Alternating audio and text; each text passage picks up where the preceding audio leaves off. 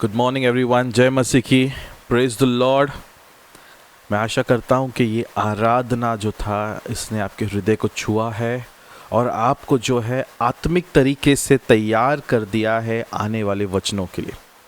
तो आइए इस समय हम बिना समय गवाए वचनों के लिए दुआ करें ताकि आज का जो वचन है परमेश्वर आपको उसकी गहराइयों में ले चले और आप जो है आज एक अद्भुत चीज़ को सीखने वाले हो। तो आइए इस समय हम दुआ करें। हे हमारे प्यारे परमेश्वर पिता, तू जो स्वर्ग में है तेरा नाम सबसे ऊंचा माना जाए।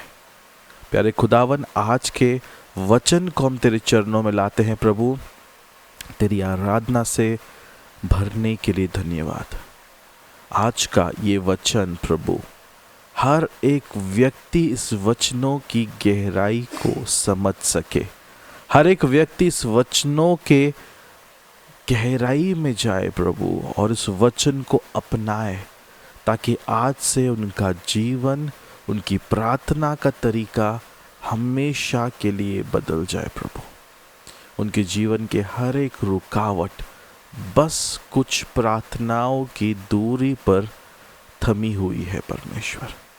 आज आपके सामर्थ्य से, आपके पवित्र आत्मा से भरी प्यारे पवित्र आत्मा इस समय यीशु मसीह के पवित्र नाम से हर एक भाई बहनों को तैयार कर, उनके कानों को छू ले परमेश्वर, उनके मनों को छू ले परमेश्वर, हर एक नींद की आत्माओं को निकाल दे प्रभु, ताकि आज के वचनों की गहराई में वो जा सके और वचन उन्हें आज़ाद करे। खुदावन यीशु मसीह के पवित्र नाम से प्रभु हमें छोटी सी प्रार्थना करते हैं, सुन और कबूल कर। आमेन, आमेन और आमेन। मेरे प्यारे प्रियो, आज का जो वचन है वो है एक प्रार्थना के बारे में। हमने कई सारे प्रकार की प्रार्थनाओं को सुना है, समझा है, प्रार्थना करने का तरीका हमने जाना, लेकिन एक ऐसी प्रार्थना है बाइबल में, एक ऐसी प्रार्थना का प्रकार है जो बड़े से बड़े चीज़ों को हिलाकर रखने की ताकत रखता है। आज मैं आपसे एक ऐसे प्रार्थना के बारे में बात करना चाहता हूँ जिसके इस्तेमाल करने से आपके जीवन के चाहे जो भी रुकावटें हो, चाहे जो भी बीमारी हो, चाहे जो भी परिस्थिति हो, वो ज़रूर बदलेंगे, ज़रूर बदलेंगे। ये मैं नहीं, ये बाइबल कहता है। तो आइए प्रियो, आज हम एग्रीमेंट प्रेयर यानी सहमति की प्रार्थना, एक दूसरे के साथ सहमत होकर किया जाने वाली प्रार्थना के बारे में आज हम सीखेंगे। आमीन। तो सभी लोग अपने बुक्स, अपने नोट्स ज़रूर से तैयार रखिए, क्योंकि ये एक बहुत पावरफुल हथियार है जो मैं आज आपके सामने शेयर करना चाहता हूँ। और अंत में मैं ये भी बताऊंगा क्यों ये हथियार आज के समय पे बहुत ज़्यादा मायने रखता है और शैतान एग्जैक्टली क्या कर रहा है कि इस हथियार का हम इस्तेमाल नहीं कर सके। तो आइए इस समय हम जानें। सबसे पहला चीज़, एग्रीमेंट का मतलब क्या है? एग्रीमेंट या सहमति का मतलब क्या होता है? सहमति का मतलब होता है एक दूसरे के साथ या किसी और व्यक्ति के साथ एक मन होना। ठीक है, याद रखिएगा, पहला पॉइंट है एक मन होना। एक मन, एक मन का मतलब क्या है? एक मन का मतलब है जो मेरा सोच है, जो मेरा इच्छा है, जो मेरा आशा है, सेम टू सेम सोच, इच्छा और आशा वो सामने वाला व्यक्ति भी लेकर चलेगा। इसे कहते हैं एक मन होना।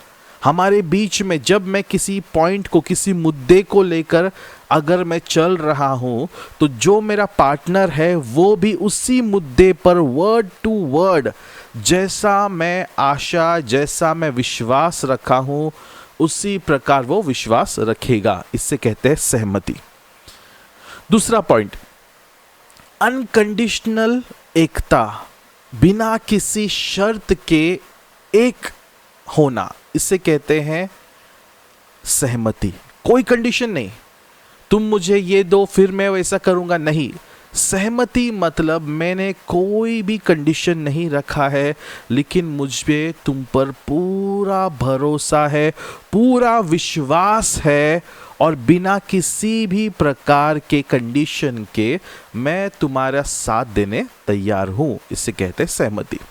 और तीसरा पॉइंट, अनडाउटिंग फेथ, बिना शक के विश्वास करना उस व्यक्ति के कहे हुए शब्दों पर, इसे कहते हैं एग्रीमेंट।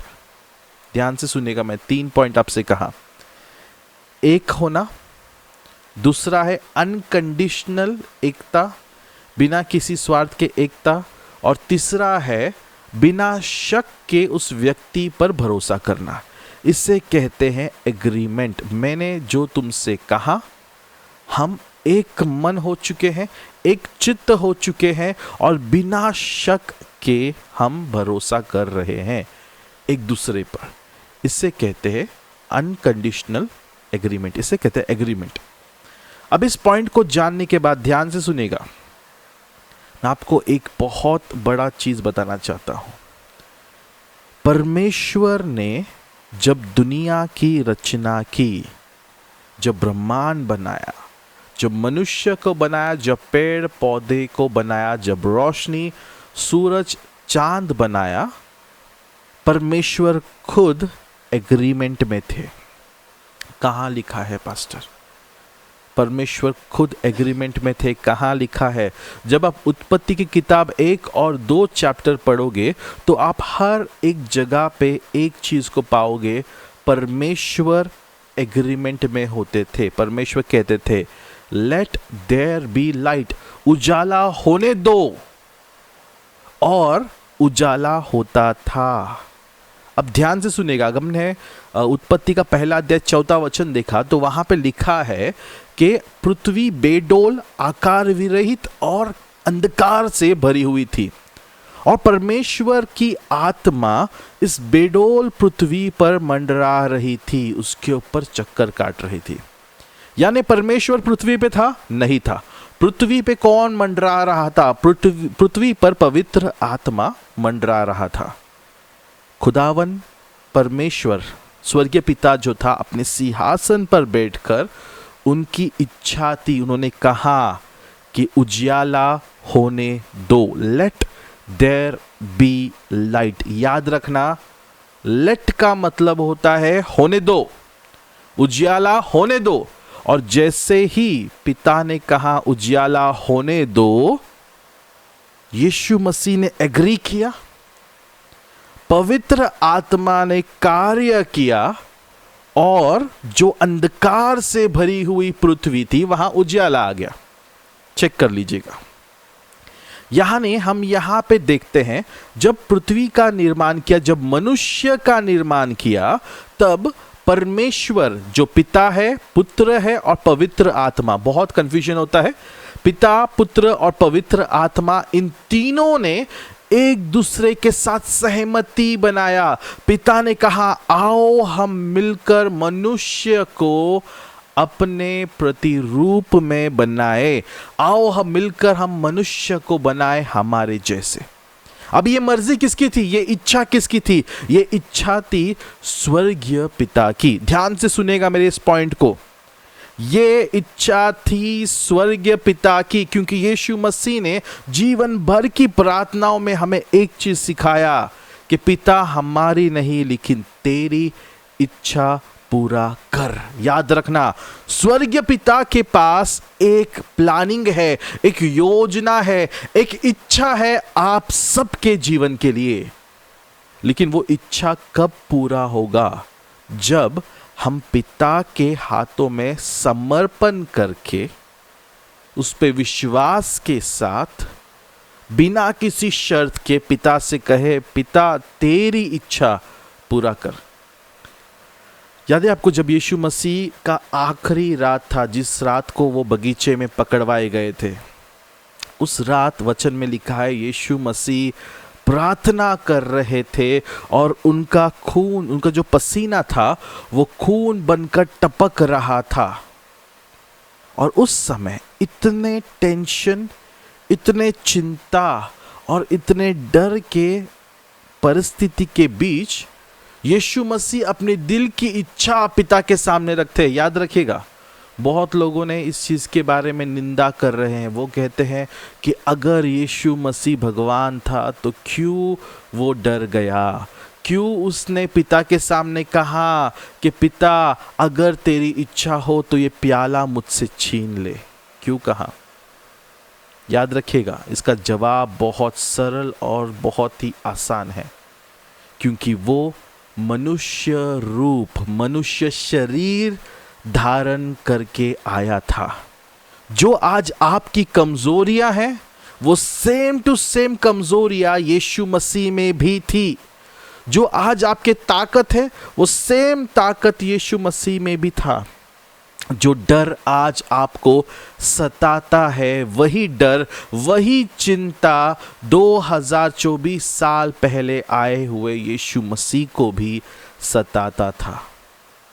इसीलिए यीशु मसीह उस रात, जब उन्हें पता था कि मेरा नेक्स्ट क्षण क्या होने वाला है, किस प्रकार उनका छल किया जाएगा, किस प्रकार उन्हें मारा पीटा, कांटों का ताज पहनाया जाएगा, किस प्रकार उनके हाथों में जो खीले ठोके जाएंगे, जब ये सब कुछ यीशु मसीह आत्मा में देख रहे थे, उनके अंदर का इंसान डरने लगा।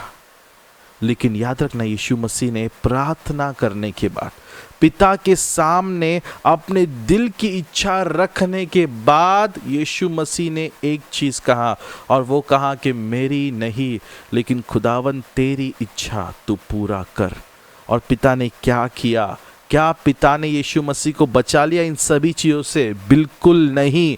पिता ने अपना पुत्र इसीलिए भेजा था ताकि वो मेमना, वो बेकसूर मेमना, पूरे मनुष्य जाति का पाप अपने ऊपर लेकर बलिदान बने। इसीलिए पिता ने अनुग्रह भेजा, इसलिए पिता ने शांति भेजा यीशु मसीह पर, और यीशु मसीह उठ खड़े हो गए। प्रियो, आज मैं आपसे एक चीज कहना चाहता हूं, एक अद्भुत शक्ति के बारे में, एक अद्भुत पावर के बारे में मैं आपसे कहना चाहता हूं, जो प्रार्थना के द्वारा, एग्रीमेंट के प्रार्थना के द्वारा हम पर उतर आता है। आमीन। परमेश्वर ने पूरे पृथ्वी का निर्माण एग्रीमेंट में होके किया। पिता, पुत्र और पवित्र आत्मा तीनों एक मन होकर, बिना किसी कंडीशन के, बिना किसी शक के, एक दूसरे पर विश्वास करते हुए उन्होंने पृथ्वी का रचना किया। सिर्फ सोच के देखिए, अगर पुत्र कहता, यीशु मसीह कहता, नको डैडी, हम इन्हें क्यों अपने रूप में बनाए, ये आगे चलकर हमारा छल करने वाले हैं, ये हमारे विरोध होने वाले हैं, तो डैडी क्यों हम इन्हें अपने रूप में बनाए? तो क्या कभी मनुष्य का निर्माण होता? नहीं।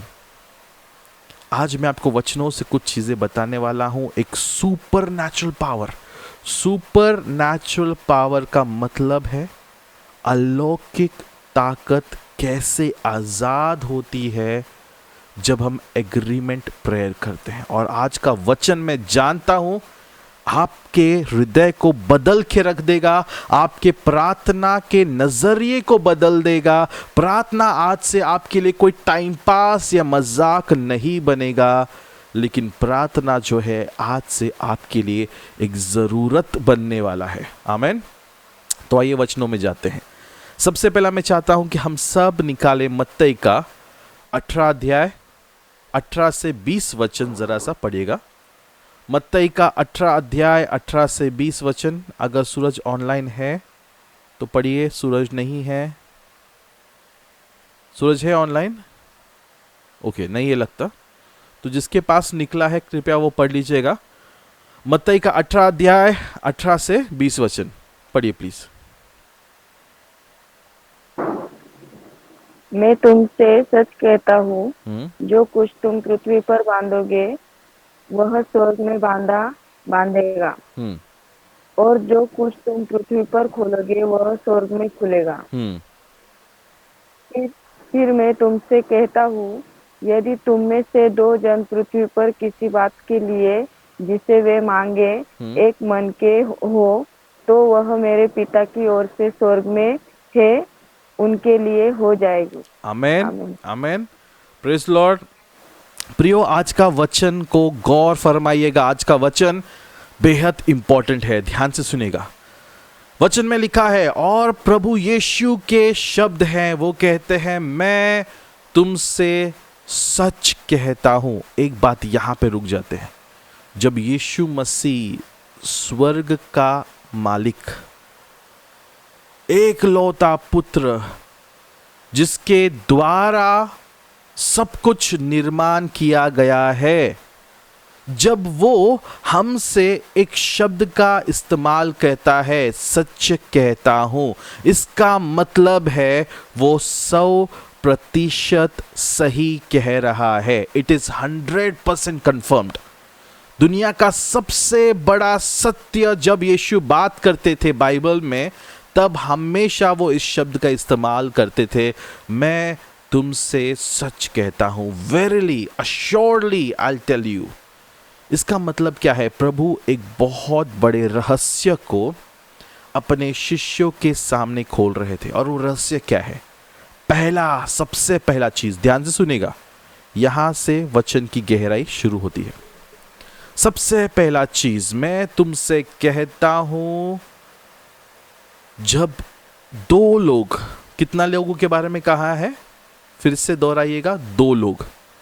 जब 2 लोग पृथ्वी पर किसी चीज के लिए एक मन होकर प्रार्थना करते हैं, तो वो चीज स्वर्ग से उनके लिए किया गया है। इसका मतलब ध्यान से सुनेगा, जब 2 लोग एग्रीमेंट में आते हैं, जब 2 लोग सहमति के साथ किसी चीज के लिए एक मन, एक चित्त और बिना शक के प्रार्थना करते हैं, तब स्वर्ग में बैठा हुआ परमेश्वर तुम्हारी प्रार्थनाओं को सुनकर आमेन कहता है, और स्वर्ग में, आत्मा में उन चीजों को खोल दिया गया है। आप समझ सकते हैं पॉसिबिलिटीज क्या क्या है? बहुत सारी पॉसिबिलिटीज है।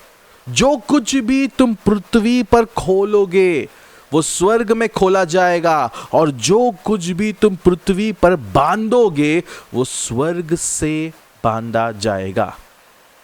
अब मुझे एक बात बताओ, दुनिया में एक गुर्राने वाला शेर घूम रहा है, दुनिया में एक डराने वाला डॉबरमैन कुत्ता घूम रहा है, सब जगह भटक रहा है।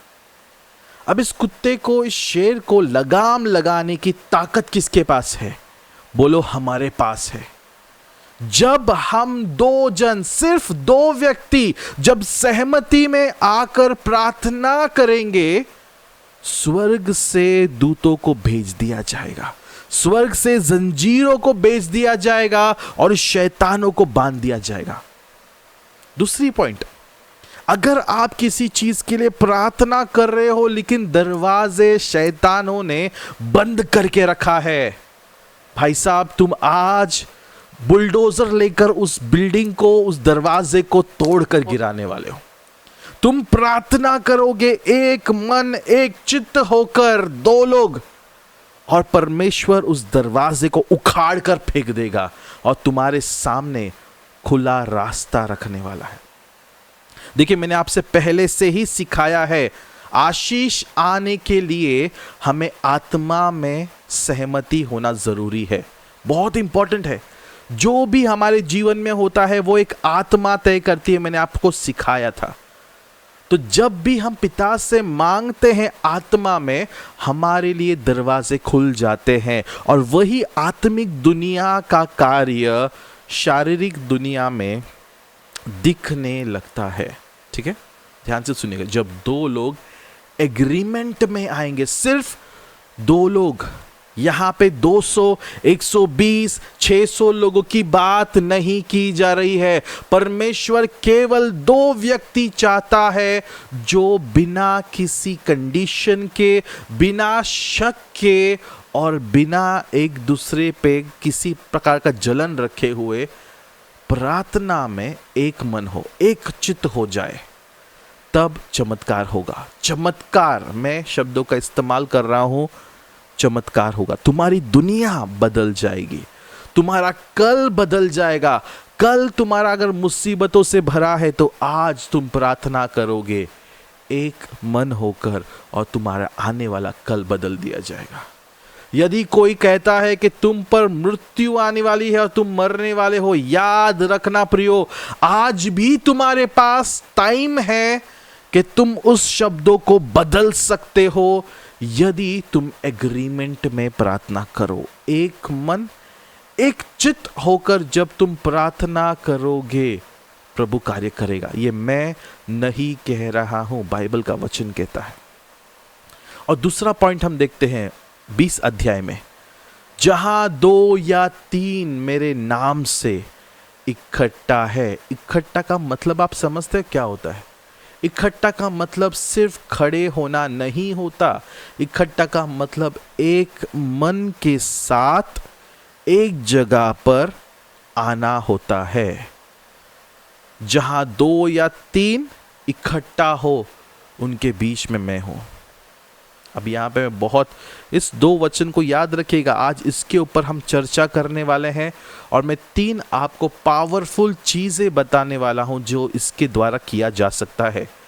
देखा जाने पर बहुत सारी चीज़ें हैं, लेकिन मैं सिर्फ 3 चीज़ों पर आज फोकस रखना चाहता हूँ। आमीन। देखिए प्रियो, जब हम एग्रीमेंट की प्रार्थना करते हैं ना, एक मन होकर प्रार्थना करते हैं ना, यहाँ पे इस प्रार्थना के दौरान स्वर्ग में एक हलचल होती है। बहुत सारे लोग प्रार्थनाएं करते हैं। मैं आपको एक सच्चाई बताना चाहता हूं, बहुत सारे लोग प्रार्थना करते हैं। क्रिश्चियन की बात कर रहा हूं। बहुत सारे लोग, करोड़ों में पिता के पास प्रार्थनाएं जाती है दिन भर में, लेकिन ऐसी कौन सी प्रार्थना होती है जो पिता को मजबूर कर देती है जवाब देने के लिए? मैं कल की घटना के बारे में आपसे बात करना चाहूँगा। यहाँ पे एक बहुत बड़ी गवाही, भाई सागर जो है वो संडे को चर्च में गवाही देने वाले हैं इस चीज़ के बारे में। दोपहर के 2-2:30 बजे के आसपास जो था, भाई सागर का फ़ोन आया था और मैं किसी काम में होने के कारण मैं वो पिकअप नहीं कर पाया। 2 घंटे के बाद मैंने उस भाई को फ़ोन किया और उससे पूछा, भाई क्या हुआ? तब उस भाई ने जवाब दिया कि पास्टर, मम्मी स्लिप हो गई थी, मम्मी गिर गई और उनके जो रिस्ट है, जो ये जगह होता है ना हाथ जो इसको हम मिलाते हैं, यहाँ की जो हड्डियाँ है वहाँ पे क्रैक आया है, ऐसा डॉक्टर्स कह रहे हैं। मैंने उन्हें हॉस्पिटल में लेकर आया है, एक्सरे रिपोर्ट्स निकाले, रिपोर्ट्स भेजा उन्होंने, और डॉक्टर्स का कहना है कि मम्मी के हाथों में सूजन आना शुरू हो गया है, तो अर्जेंट हमें ऑपरेशन करना होगा।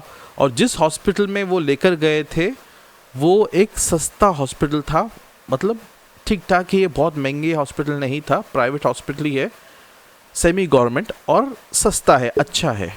लेकिन वहाँ पर डॉक्टर्स ने उसे 30,000 रुपये का बिल कहा कि अर्जेंट ऑपरेशन करना पड़ेगा। अब वो भाई थोड़ा सा विचलित हो गया और जब मैंने फ़ोन नहीं उठाया तो उस भाई ने 2 और डॉक्टर्स से सलाह मशवरा किया। उनके जिम में ही एक डॉक्टर है, उनके अच्छे खासे पहचान के, तो उनसे भी इन्होंने चर्चा किया, उन्हें फ़ोटोज़ भेजे। डॉक्टर्स ने देखा और कहा कि तुम्हारी मम्मी को अर्जेंट ऑपरेशन करना पड़ेगा, 15 से 20,000 तक के खर्चे आएंगे, लेकिन मैं 1 दिन में ही उनको डिस्चार्ज कर दूंगा, फटाफट हम ऑपरेशन करना पड़ेगा। अब ये सुनकर भाई जो था थोड़ा सा टेंशन में आ गया, क्योंकि उसके पास पैसे कम थे, ज़्यादा पैसे नहीं थे, और ये भाई के द्वारा उसका परिवार जो है चलता है, बहुत कुछ चीज़ें होती थी।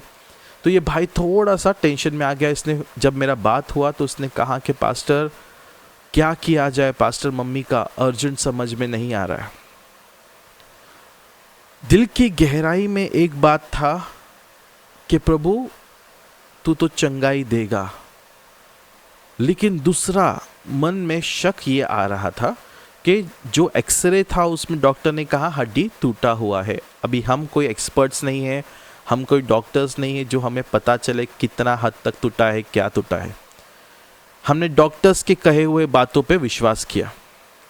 तो मैंने ग्रुप में मैसेज डाला मदद के लिए, और वो भाई हॉस्पिटल्स के चक्कर काट रहे थे। तब अचानक से हमारा बातचीत में एक चीज़ निकला कि आप एक गवर्नमेंट हॉस्पिटल जाओ, सिविल हॉस्पिटल है, वहाँ पे जाओ, वहाँ पे डॉक्टर को एक बार ज़रा दिखा दो, और अगर डॉक्टर कहते हैं हम तुरंत ऑपरेशन करेंगे तो हम आज के आज ऑपरेशन करवा लेंगे, नहीं तो जो है हम आपके जो पहचान वाले डॉक्टर उसके पास आप लेकर जाओ, कुछ ना कुछ प्रभु मार्ग निकालेगा।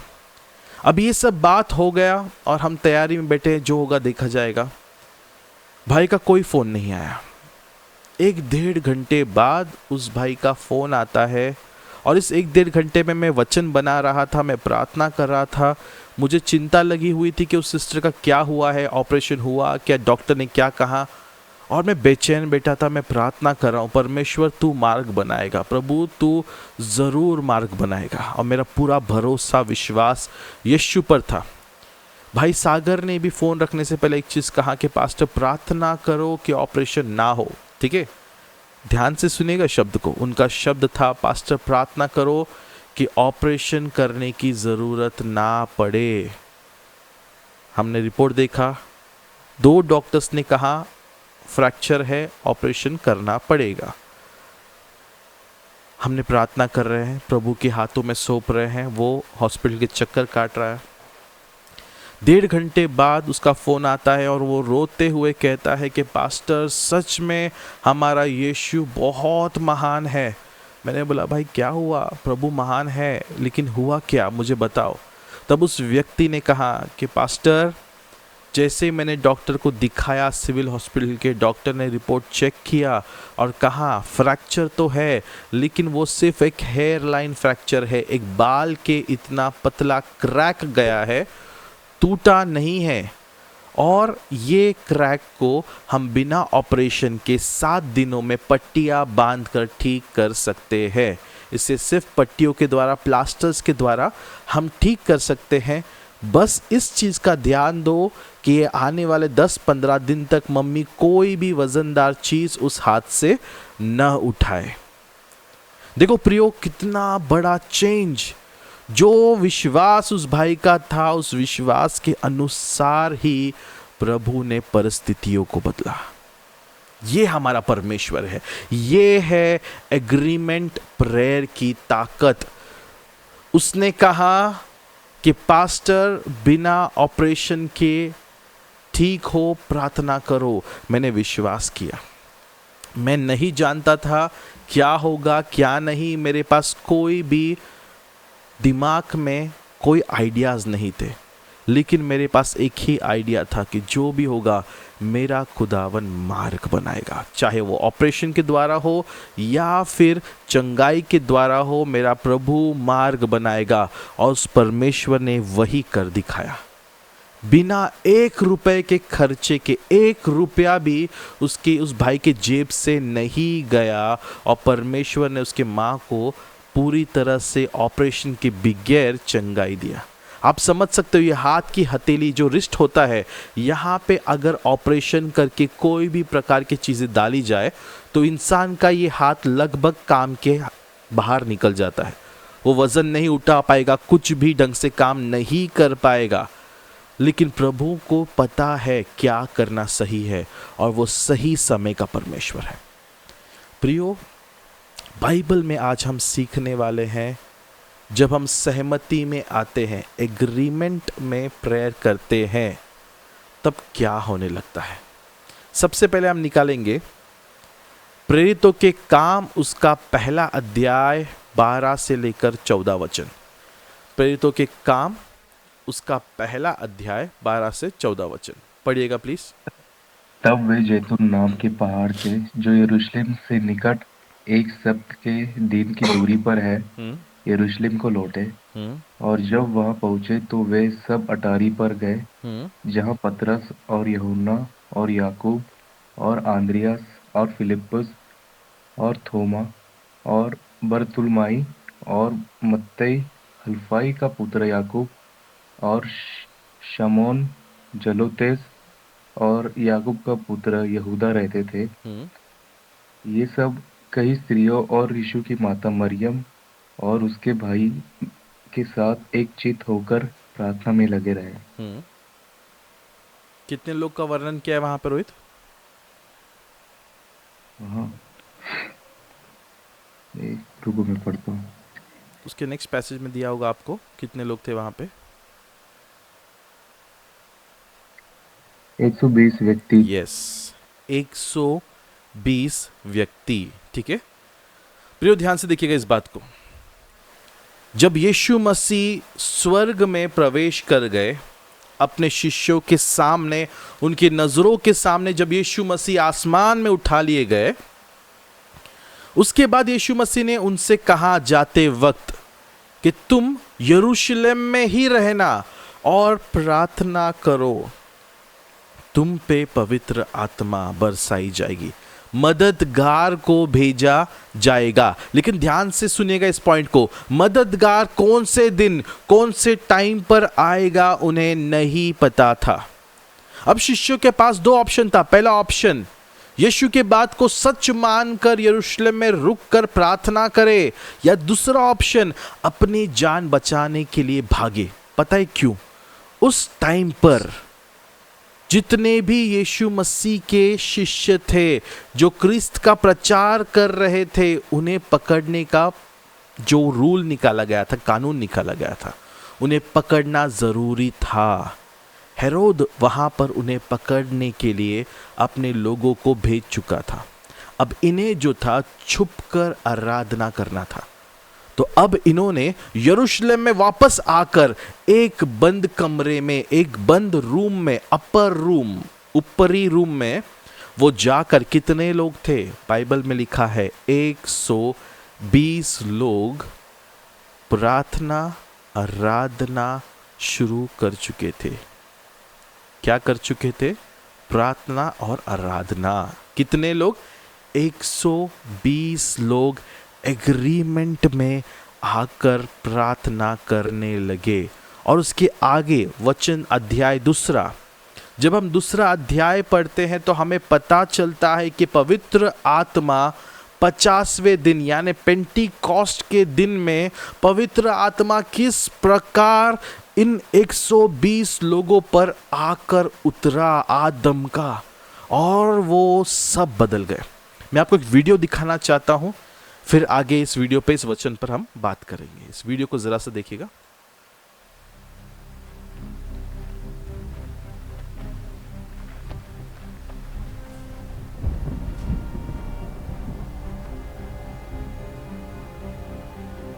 You will be my witnesses in Jerusalem and in all Judea and Samaria and to the ends of the earth. Go into the world and preach the gospel to all creation.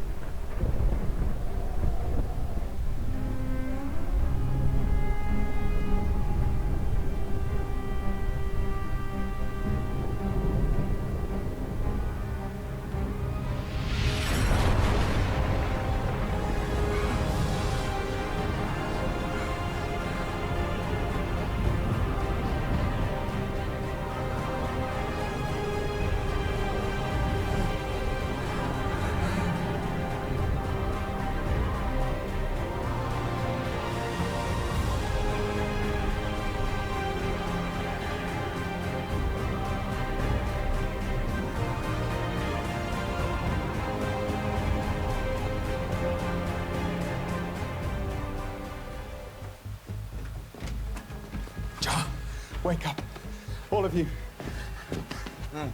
Wake. Come. What are we doing? We're praying.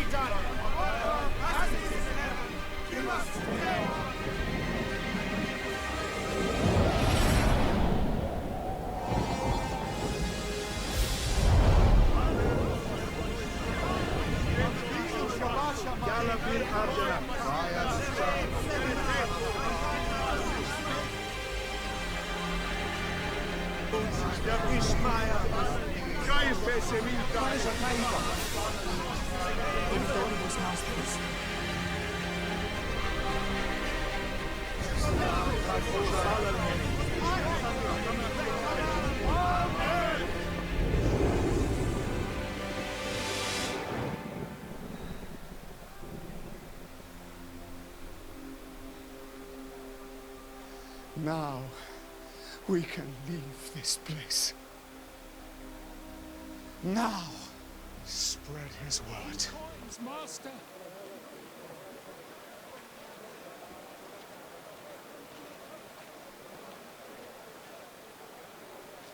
Look at us.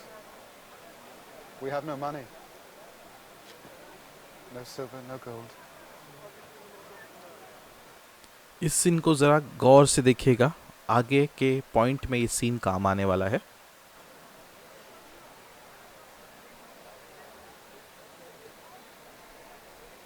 But what I have, I give you in the name of Jesus of Nazareth.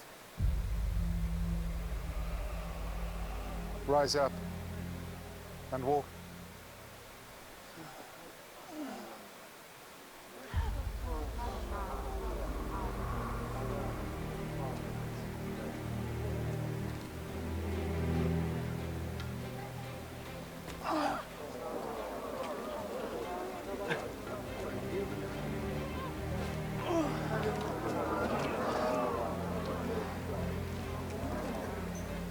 It's through Jesus that this man walks again. God sent us his servant, Jesus, and God raised him again from death. We are his witnesses, and the Holy Spirit is with us and makes us strong. Jesus is alive. तो प्रियो, जो आपने इस scene देखा, इस पूरे चीज़ को प्रेरितों के काम का पहला अध्याय में लिखा गया है। पहला, दूसरा और तीसरा अध्याय का एक छोटा सा वीडियो मैंने आपको दिखाया। अब ध्यान से सुनिएगा। मैं सोचता था कि रिवाइवल लाने के लिए 120 लोग एक मन से सहमत होना ज़रूरी है, और ये फैक्ट है। यस, सहमत होना ज़रूरी है, लेकिन उसका एक मेन मुद्दा मैं भूल चुका था, जिससे प्रभु ने, पवित्र आत्मा ने मुझे कल जब इस वचन को मैं तैयार कर रहा था, तब पवित्र आत्मा ने मुझे सिखाया कि ये 120 कहाँ से आएंगे, ये 120 तुझे कहाँ मिलेंगे। क्या ये आसमान से टपकेंगे या जमीन से खड्डे खोद कर बाहर निकलने वाले? ये 120 एक मन होने वाले लोग कहां से मिलेंगे? और उसका बेहद सरल आंसर है, मुझे 120 को नहीं ढूंढना है, मुझे सिर्फ वो एक व्यक्ति को ढूंढना है। वो एक व्यक्ति जो बिना शक किए, जो बिना कंडीशन के, बिना स्वार्थ के, बिना किसी भी प्रकार के गलत सोच के मेरे साथ सहमत हो सके। सिर्फ एक व्यक्ति जो अपने दिमाग का सहारा न ले। ऐसा क्यों क्वेश्चन करने वाले व्यक्ति नहीं, सिर्फ एक व्यक्ति चाहिए जो ये कहे, पास्टर आप जो भी करोगे मैं आपके साथ बिना क्वेश्चन पूछे आपके साथ एग्री करता हूं, मैं आपके साथ एग्रीमेंट में आता हूं। ऐसा एक व्यक्ति जब मुझे मिल जाएगा, ऐसा एक व्यक्ति जब मुझे मिल जाएगा, 120 लोग पीछे पीछे चले आएंगे, या मैं कहूं 118 लोग जो है वो पीछे पीछे पीछे आएंगे। देखो, 102 लोगों की प्रार्थना से हम एक बड़ा दरवाजा खोल सकते हैं।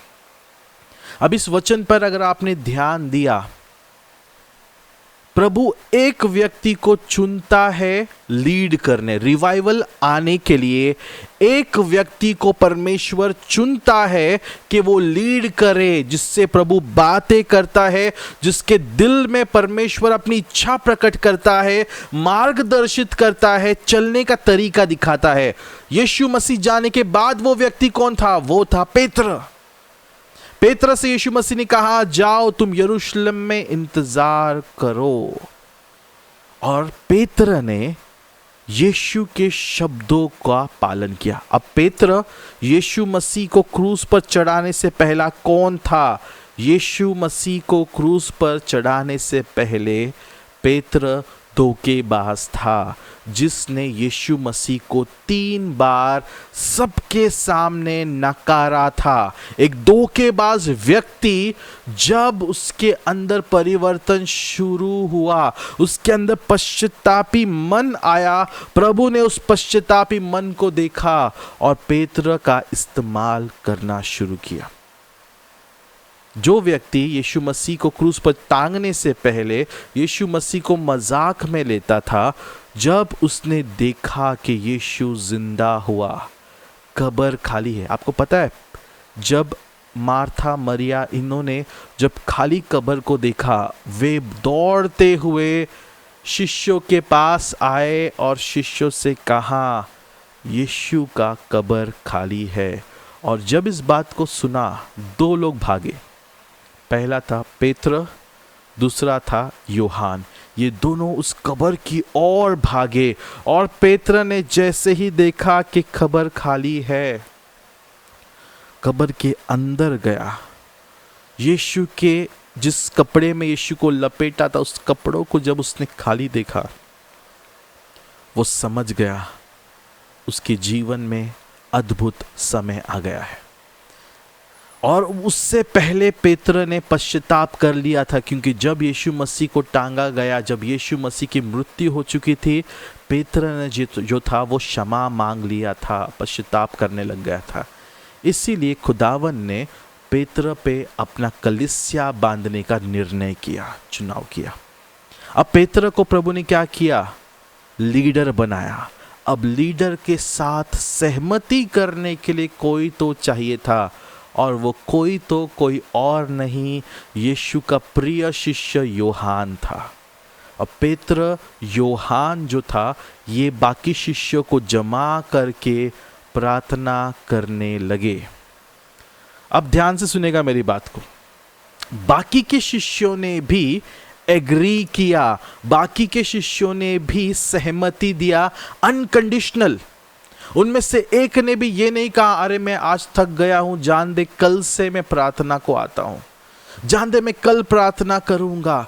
बहाने नहीं दिए, वे सभी एक मन से इकट्ठा होकर प्रार्थना करने लगे। पेत्र लीड कर रहा था, यूहान सपोर्ट कर रहा था, बाकी के शिष्य जुड़ते गए। 120 लोग जुड़ गए, और जब 120 लोग इकट्ठा होकर प्रार्थना करने लगे, नॉन स्टॉप, 1 दिन नहीं, 2 दिन नहीं, 3 दिन नहीं, 50 दिन नॉन स्टॉप जब वो प्रार्थना कर रहे थे, एक भी दिन डांडी नहीं मारा, एक भी दिन छुट्टी नहीं लिया, एक भी दिन बहाने नहीं दिया। 120 लोग हर एक दिन वहां मौजूद थे, भूख प्यास भूलकर, अपना स्वार्थ भूलकर। और उस टाइम 50वें दिन पवित्र आत्मा स्वर्ग से उतरा। सिर्फ शिष्यों पे उतरा नहीं, पूरे के पूरे 120 लोगों पर वो उतर आया। और इन 120 लोगों ने बाहर जाकर परमेश्वर का सुवार्ता प्रचार करना शुरू कर दिया। और जितने लोग उन्हें सुन रहे थे, उनके हृदय में पश्चाताप आ रहा था, परिवर्तन आ रहा था, उन पे पवित्र आत्मा उंडेलने लगा। और बाइबल का सबसे बड़ा मिराकल, एक दिन में 3000 लोगों ने प्रभु यीशु को स्वीकारा और कलीसिया में जुड़ गए। यहां पे मेरा सबसे पहला पॉइंट है प्रियो, आज चर्चेस बढ़ते क्यों नहीं है? आज चर्चेस में लोग बढ़ते क्यों नहीं है? सबसे पहला पॉइंट याद रखना, चर्च में लोग तुम्हारी मर्जी से नहीं आएंगे, मेरी इच्छा से नहीं आएंगे। लोगों को प्रभु भेजता है। तुम्हारी मेहनत से या मेरे मेहनत से लोग चर्च में नहीं आने वाले हैं। लोगों को परमेश्वर चुनता है और परमेश्वर भेजता है। लेकिन कौन से कलीसिया में प्रभु भेजेगा? उसी कलीसिया में प्रभु भेजेगा जहां के लोग मांग रहे हैं, जहां के लोग आत्मा में एक मन होकर, प्रार्थनाओं में एक मन होकर उसकी आराधना करते हैं। उसी कलीसिया में परमेश्वर लोगों को भेजता है। ये बहुत इंपॉर्टेंट मुद्दा आपसे कह रहा हूं। आजकल दुनिया में ऐसे भी चर्चेस है जहां पे भीड़ लगी पड़ी है, लेकिन वहां पे पवित्र आत्मा नहीं। क्यों ये भीड़ है? क्योंकि आज का जो मनुष्य है वो चमत्कारों को देखकर खींचा चला जाता है। और मैं आपसे कहता हूं, दो राय नहीं है। बाइबल में देख लो, हिस्ट्री में पढ़ लेना, आप ऑनलाइन चेक कर लो, आपको सभी जगह पे एक ही चीज पता चलेगा। जिस भी कलीसिया में सिर्फ चमत्कार के ही बारे में बात किया जाता है, जहां पे सिर्फ मिराकल मिराकल मिराकल मिराकल होती है, वो कलीसियाएं झूठी साबित होती है आगे चलकर। उन कलीसियाओं का पर्दाफाश होता है कुछ ही सालों में, और तब लोग भटक जाते हैं। यीशु के नाम का गलत इस्तेमाल किया जाता है, प्रभु को निंदा होती है। लिख लेना मुझसे ये बातों को। आज भी इंडिया में कई सारे चर्चेस है जिसे हम मेगा चर्च करते हैं, जहां पे वचन नहीं होता, वहां पे चमत्कार, वहां पे सिर्फ चमत्कार, दिखावा, ये गिरना वो गिरना। क्यों ये सब चीज की जा रही? याद रखना, पवित्र आत्मा दिखावा नहीं करता, वो कभी दिखावा नहीं कर सकता। जहां पवित्र आत्मा है, किसी को साबित करने की जरूरत नहीं है। हम सब ने अपनी कलीसियाओं में देखा है कि कभी कहीं बार ऐसा हुआ है कि अचानक से पवित्र आत्मा उंडेल कर आता है और हम में से कोई किसी को हाथ नहीं लगाता, सभा को वो चलाने लगता है। आराधना में हम डूब जाते हैं, अभिषेक में डूब जाते हैं, सामर्थ में बहने लगते हैं, और मानो जैसे कि समय थम सा गया हो। हमें पता ही नहीं चलता कि कितना देर हो चुका है, हम बस डूब रहे हैं। ये सामर्थ होती है जब एक मन होता है। अब कारण चर्चेस क्यों नहीं बढ़ते? सबसे पहला कारण, सबसे मेन रीजन कि चर्च के मेंबर पास्टर के विजन के साथ सहमति नहीं बना पाते। वो पास्टर के विजन को समझ ही नहीं पाते और ना ही उस विजन के सामने सहमति होते हैं या विजन को सपोर्ट करते हैं। वो सिर्फ चर्च के लिए इसलिए आते हैं क्योंकि मुझे चमत्कार चाहिए, मुझे कोई प्रॉब्लम है, मुझे कुछ करना है। वो स्वार्थी बनकर मैं और मैं करते रहते हैं। लेकिन याद रखना, हर प्रभु के दास को अगर प्रभु ने चुना है तो प्रभु ने हर एक दास को एक मिशन दिया हुआ होता है कि भाई साहब तुझे ये काम करना है। लेकिन आपको एक बात बताऊं, सच्चाई बताता हूं। आज जिसे देखो वो मुंह उठाकर pastor, reverend, doctor, bishop, prophet, prophetess, कितने सारे नाम आ गए, इवेंजलिस्ट, ये लिस्ट वो लिस्ट निकलते जा रहे हैं।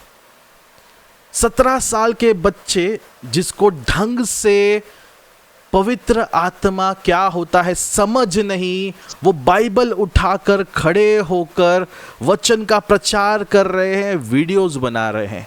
छोटे छोटे बच्चे, 7 साल के बच्चे, 5 साल के बच्चे, जिन्हें ढंग से ये भी नहीं पता कि वो क्या सिखा रहे हैं, स्टेज पे खड़े होकर एक्टिंग करते हुए वचन का प्रचार करते हैं और लोग दिख के तालियां बजा रहे, वाओ अभिषेक आ गया। मजाक बना के रखा है प्रियो, मजाक। हर प्रभु के दास के पास एक विजन होना जरूरी है, जिससे प्रभु चुनता है। जो खुद से पास्टर बनता है उसकी बात नहीं कर रहा हूं, जिससे परमेश्वर चुनता है। प्रभु उस व्यक्ति को एक मिशन देता है और उस मिशन के अनुसार उसे चलाता है। पेत्र को मिशन दिया था, मेरी कलीसिया मैं पेत्र तुझ पर बांधूंगा। पेत्र पर पहली कलीसिया को चलाने का बोझा था। और सिर्फ सोच के देखो, पेत्र का पहली बार सेवकाई शुरू हुआ और 50वें दिन में 3000 लोग 120 के साथ जुड़ गए। सिर्फ सोच के देखो, 50 दिनों में वो चर्च में 3000 लोग जुड़े। जो चर्च इससे पहले 120 लोगों का था, 50वें दिन में 3120 लोग हो गए। सिर्फ सोच के देखो, सिर्फ सोच के देखो, ये है पावर। जब हम एकता में आकर, एग्रीमेंट में आकर प्रार्थना करते हैं, तब पवित्र आत्मा रिलीज किया जाता है। पवित्र आत्मा कलीसिया पर उतर आती है, तब उन पर दान प्रकट होने लगते हैं, अन्य भाषाएं उतर आती है और उनकी आराधनाएं शुरू हो जाती है। और वो आराधना चलते चलते चलते चलते परमेश्वर उनके लिए मार्ग खोलता है और उस भूखे और आत्मा से भरे हुए कलीसिया में अपने लोगों को, जो भटके हुए हैं, उन्हें ढूंढ ढूंढ कर प्रभु उस कलीसिया में भेजता है। बहुत पावरफुल शब्द मैंने आपसे कहा। तुम्हारी मेहनत से तुम कभी चर्च बांध नहीं पाओगे, वो बांधता है और हमें संभालना है, केवल संभालना है प्रियो। दूसरा इंपॉर्टेंट पॉइंट, चर्च में आपस में एकता नहीं होती। लोग एक दूसरे से जलन रखते हैं, मन में कड़वाहट, कपट। भले ही मुंह में प्रेज द लॉर्ड रहे, प्रभु बहुत आशीषित करे, मन में कड़वाहट, मन में कपट। गए संडे शायद से एक घटना हुई थी, शायद ये संडे था या उससे पहले, मुझे याद नहीं एग्जैक्टली, लेकिन एक घटना हुई थी कि लाइट चला गया हमारी आराधना के बाद। लास्ट के आराधना से पहले लाइट चला गया। हम सब प्रार्थना कर रहे हैं, प्रार्थना कर रहे हैं, प्रार्थना कर रहे हैं, लेकिन लाइट नहीं आया। तब मैं थोड़ा सा निराश हो चुका था और मैं प्रार्थना करने लगा, प्रभु प्रकट कर क्या हो रहा है। तब परमेश्वर ने मुझसे एक बातें कहा कि आज भी तुम्हारे लोगों में एक मन नहीं है। आज भी लोग शक लेकर मेरे भवन में आते हैं। आज भी लोग यहाँ खड़े हैं जिनके मुंह से यीशु है, लेकिन दिल खाली और पापों से भरा हुआ है। प्रियो, याद रखना, जब चर्च में लोगों के बीच प्रेम और एकता नहीं, एक दूसरे के गलतियों को देखने वाले जब लोग बन जाते हैं ना, एक दूसरे की गलतियों को सबके सामने लाने वाले जब बन जाते हैं ना, तो याद रखना वो व्यक्ति शैतान का काम करते हैं। क्योंकि यदि तुम्हारे दिल में प्रभु होता तो एक दूसरे की गलतियों को सुधारने के लिए काम होता, एक दूसरे से प्रेम के साथ समझौता, समझाया जाता कि भाई ये चीज़ गलत है, बहन ये चीज़ गलत है, सुधारो, प्रभु को पसंद आएगा। आजकल हम जजमेंटल जज बन गए। हम लोग तुरंत एक दूसरे का न्याय करते हैं। तूने ये गलती किया, प्रभु तुझे दंडित करेगा, प्रभु तुझे नरक में फेंकेगा, प्रभु तुझे अग्नि में उबालेगा। ये सब न्याय करने वाले चर्च बन गए। तुरंत हमें ये चीज छोड़ना होगा। हमारी कलीसिया में भी सबसे बड़ा जड़ यही है। लोगों में एकता नहीं, लोग एक दूसरे को समझते नहीं, लोग एक दूसरे से प्यार नहीं करते। हम कहने को भाई बहन हैं, हम सिर्फ नाम के लिए हम भाई बहन मांगते हैं। चर्च में शादी करना अलाउड नहीं है, इसलिए अच्छा है, नहीं तो फिर गर्लफ्रेंड बॉयफ्रेंड भी होता। ये सब कुछ नाम के लिए हो रहा है। लेकिन असलियत क्या है? हम मौका मिलते ही एक दूसरे को नीचा दिखाते हैं, एक दूसरे की निंदा करते हैं, एक दूसरे को नीचे खींचने का काम करते हैं। और इसी कारण से भले ही तुम ना देखो, वो देख रहा है और वो जानता है, इसलिए उसने अपनी आत्मा को रोके रखा है तुम पर उतरने से। अगर आज तुम पवित्र आत्मा से नहीं भर रहे हो प्रियो, तो खोट तुम्हारे अंदर है। तुम्हें अपने आप को पहला सुधारना जरूरी है और तब जाकर पवित्र आत्मा तुम पर उतरेगा। और तीसरा इंपॉर्टेंट चीज, जब तुम्हारे अंदर एक दूसरे को प्रेम ही नहीं है तो एक दूसरे के साथ सहमति कैसे होगे? कैसे हम एक दूसरे के साथ सहमत होकर प्रार्थना करेंगे? अरे गए 3 महीनों से मैं कहता रहा हूं कि मुझे एक कलीसिया बांधनी है, एक ऐसा भवन बांधना है जहां पे हमें समय पाबंदी न लाए। लेकिन मैं जानता हूं सिर्फ गिन चुन के 3 या 4 लोग इस चीज पर एग्री करते हैं कि हाँ, हमें वो भवन चाहिए प्रभु, और उस भवन के लिए हम कुछ भी करने तैयार है। लेकिन दुख की बात यह है कि इन 3-4 के पास, जिन्हें सब कुछ करने तैयार है, इनके पास वो जरूरी चीजें नहीं हैं जिससे हमें भवन के लिए फाइनेंस मिले। और जिनके पास है वो तैयार नहीं है आगे आने के लिए। ये हमारा जीवन है, ये सच्चाई बता रहा हूं। आज आपको चुभेगा, आज दर्द होगा, लेकिन मैं आज आपको सच्चाई बताना चाहता हूं। तुम नहीं जानते तुम कौन से आशीषों को खो रहे हो। जिस दिन वो भवन बन गया, याद रखना प्रियो, वो भवन बनने के बाद कलीसिया में रिवाइवल शुरू होगा। और रिवाइवल यानी कि एक सहमति से प्रार्थनाएं और स्वर्गीय राज से अद्भुत चमत्कार होना शुरू हो जाएगा। जो हम देख रहे हैं गए कुछ हफ्तों से, एक के बाद एक हर संडे को हम मिठाई खा रहे हैं क्योंकि किसी ना किसी के जीवन में प्रभु चमत्कार कर रहा है। ये तो बस शुरुआत है, ये तो बस शुरुआत है। इससे बढ़कर चीजें होने वाली है। लेकिन क्या तुम सहमत होने तैयार हो? क्या तुम प्रभु के दास के विजन के साथ जुड़ने तैयार हो? अरे इस भवन को बांधकर मैं अपने घर में नहीं रहने वाला हूं, इस भवन को मैं अपना घर नहीं बनाने वाला हूं। ये भवन परमेश्वर का है। कुड़कुड़ाने वालों को कुड़कुड़ाने दो, जिसको जो कहना है कहने दो। मैं तुमसे कहता हूं, मेरा प्रभु हर शब्दों को सुन रहा है। तुम्हारे मुंह से निकला हर एक शब्द उसने सुना है। हिसाब देना होगा, याद रखना। दिन बेहद नजदीक है, बेहद नजदीक। तुम यदि परमेश्वर के कार्यों का रुकावट बनोगे, वो उखाड़ कर फेंक देगा। और जो उसके हाथों में पड़ेगा, याद रखना, बेहद डर की बात है। परमेश्वर के हाथों में ना फंसना। कलीसिया को आगे बढ़ना है।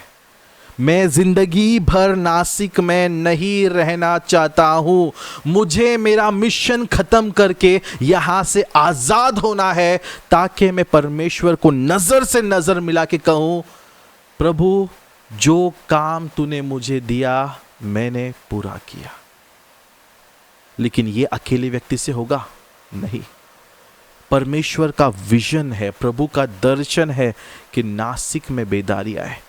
कहीं मीटिंग्स में हमने अमित कामले की मीटिंग में भी सुना था, एक भविष्यवाणी हुआ किसी भविष्यवक्ता के द्वारा। भविष्यवक्ता रंजीत कोई तो थे, उनके द्वारा भी भविष्यवाणी हुआ कि नॉर्थ ईस्ट महाराष्ट्र पे रिवाइवल आ रहा है। और कितनी बताऊं, मैं तुम्हें स्पेसिफिक कह रहा हूं कि वो रिवाइवल और कहीं नहीं लेकिन नासिक में ही जन्म लेगा और नासिक से ही फैलेगा।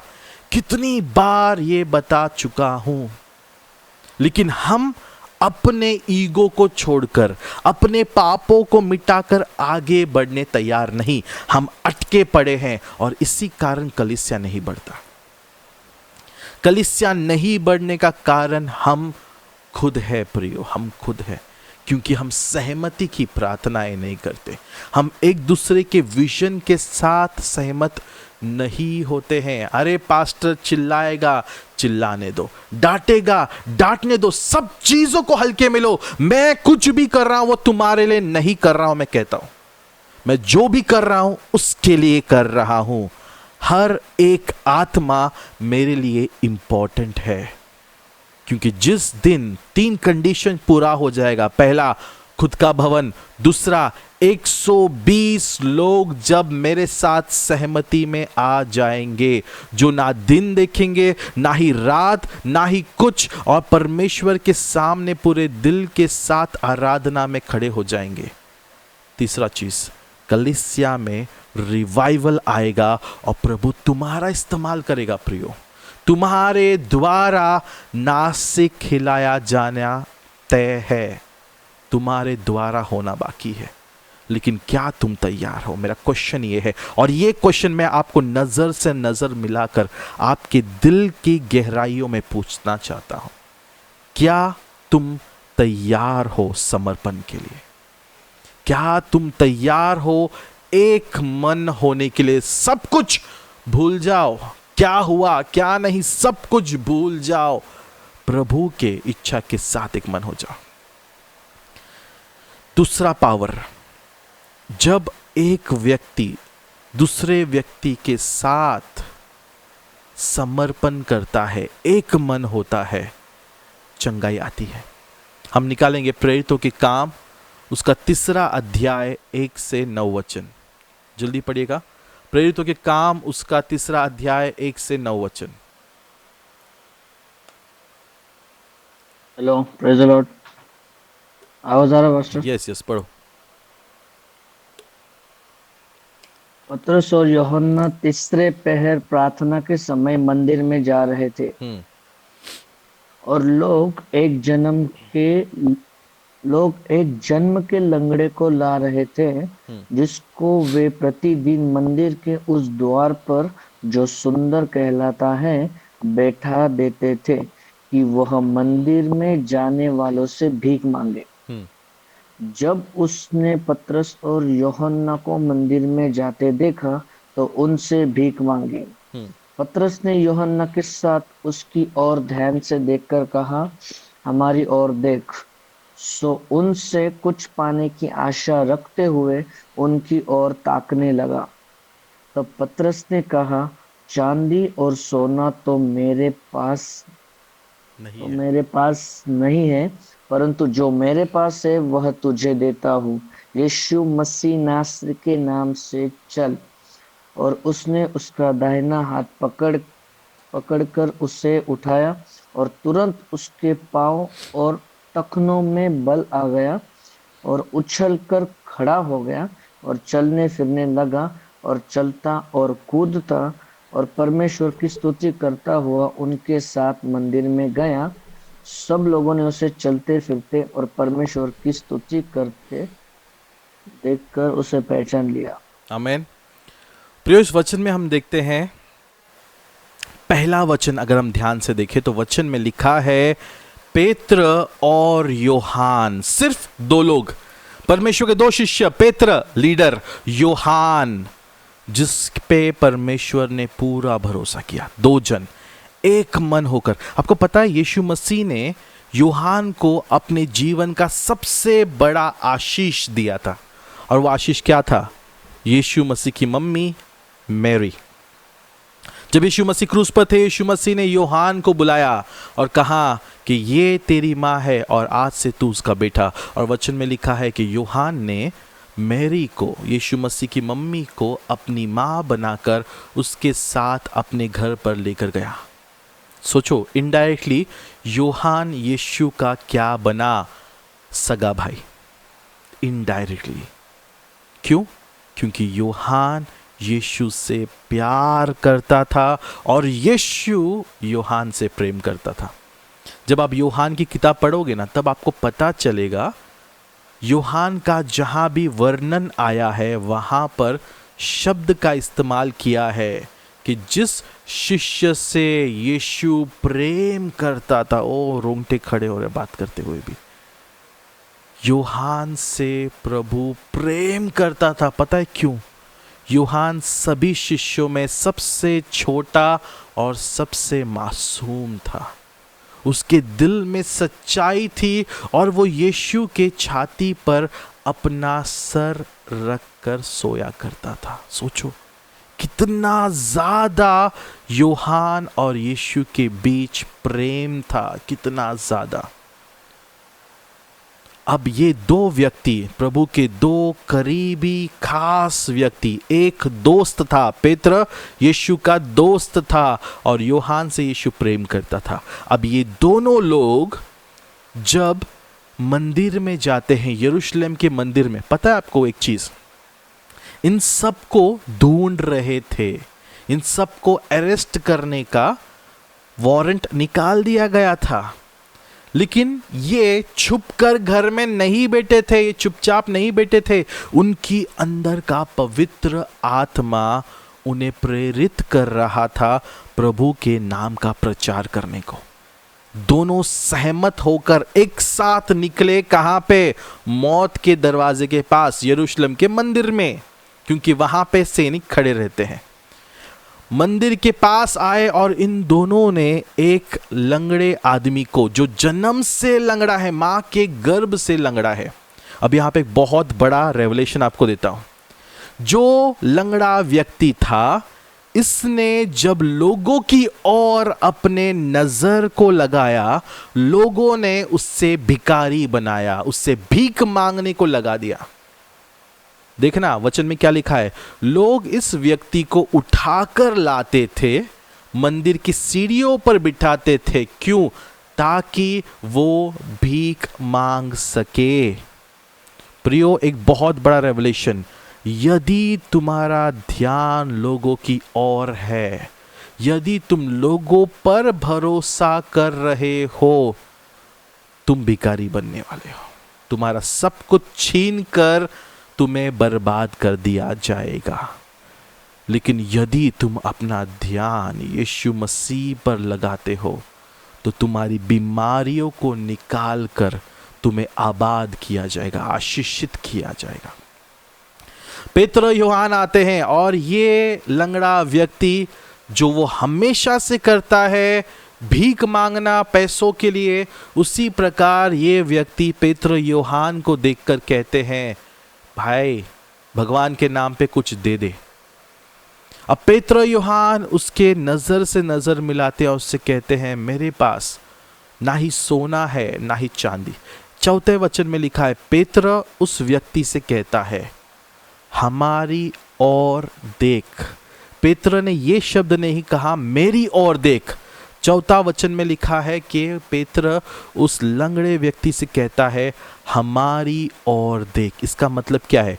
दो लोग वहां पर एक मन के साथ आए थे कि अब ये आदमी उठकर चलेगा, उठकर चलेगा। कॉन्फिडेंस देखो भाई साहब इन दोनों का। इन्हें पता था अब ये व्यक्ति उठकर चलेगा। किसके नाम से? नाजरी यीशु के नाम से।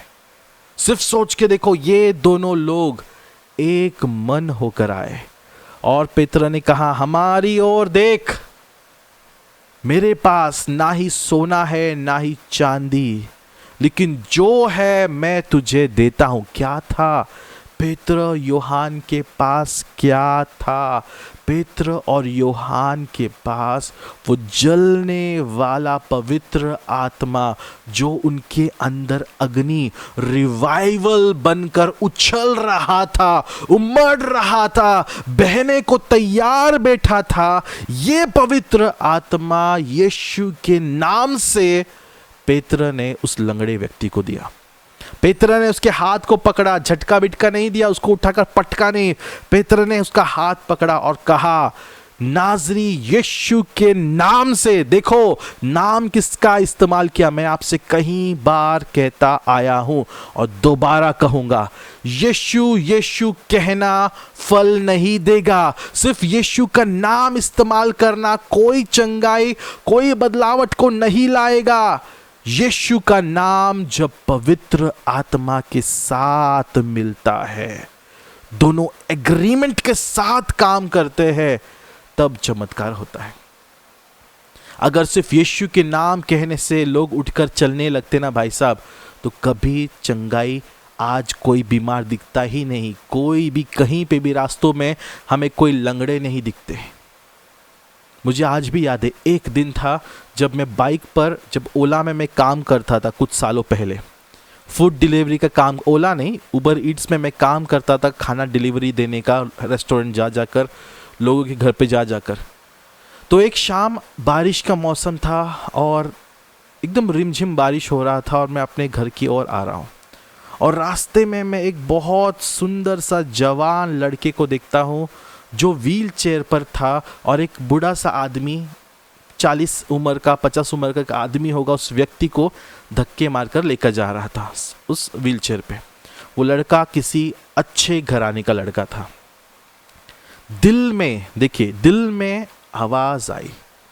ये आवाज पवित्र आत्मा की नहीं थी, लेकिन ये मेरा मन था जो उस व्यक्ति को देखकर तड़प रहा था। उस व्यक्ति को देखकर बहुत ज़्यादा मेरा मन टूट रहा था, क्योंकि वो बच्चा बहुत जवान था।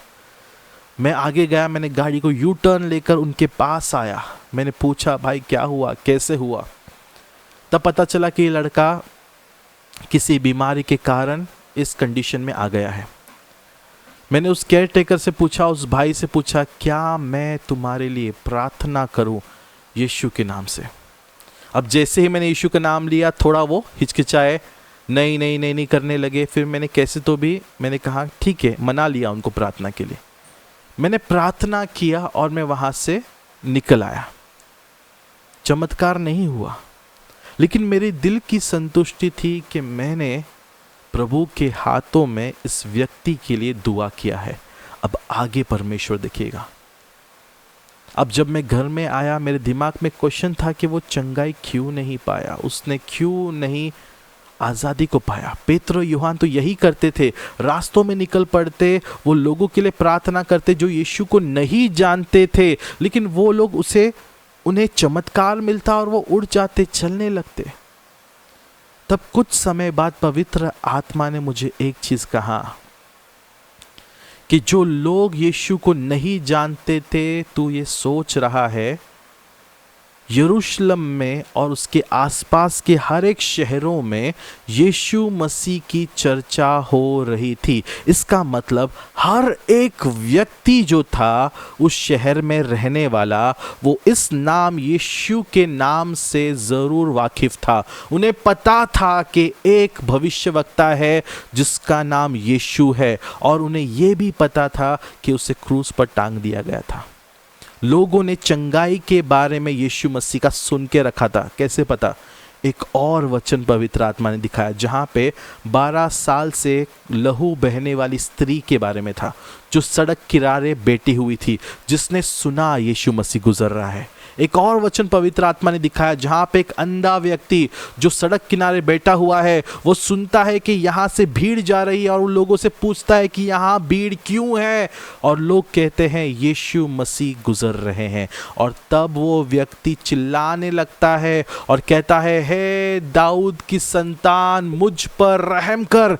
भाई साहब, इससे कैसे पता था कि यीशु मसीह दाऊद की संतान है? इससे कैसे पता था कि यीशु चंगाई करता है? क्योंकि उसने सुने रखा था, उसने सुन रखा था यीशु कौन है। यीशु की चर्चा पूरे शहरों में हो रही थी।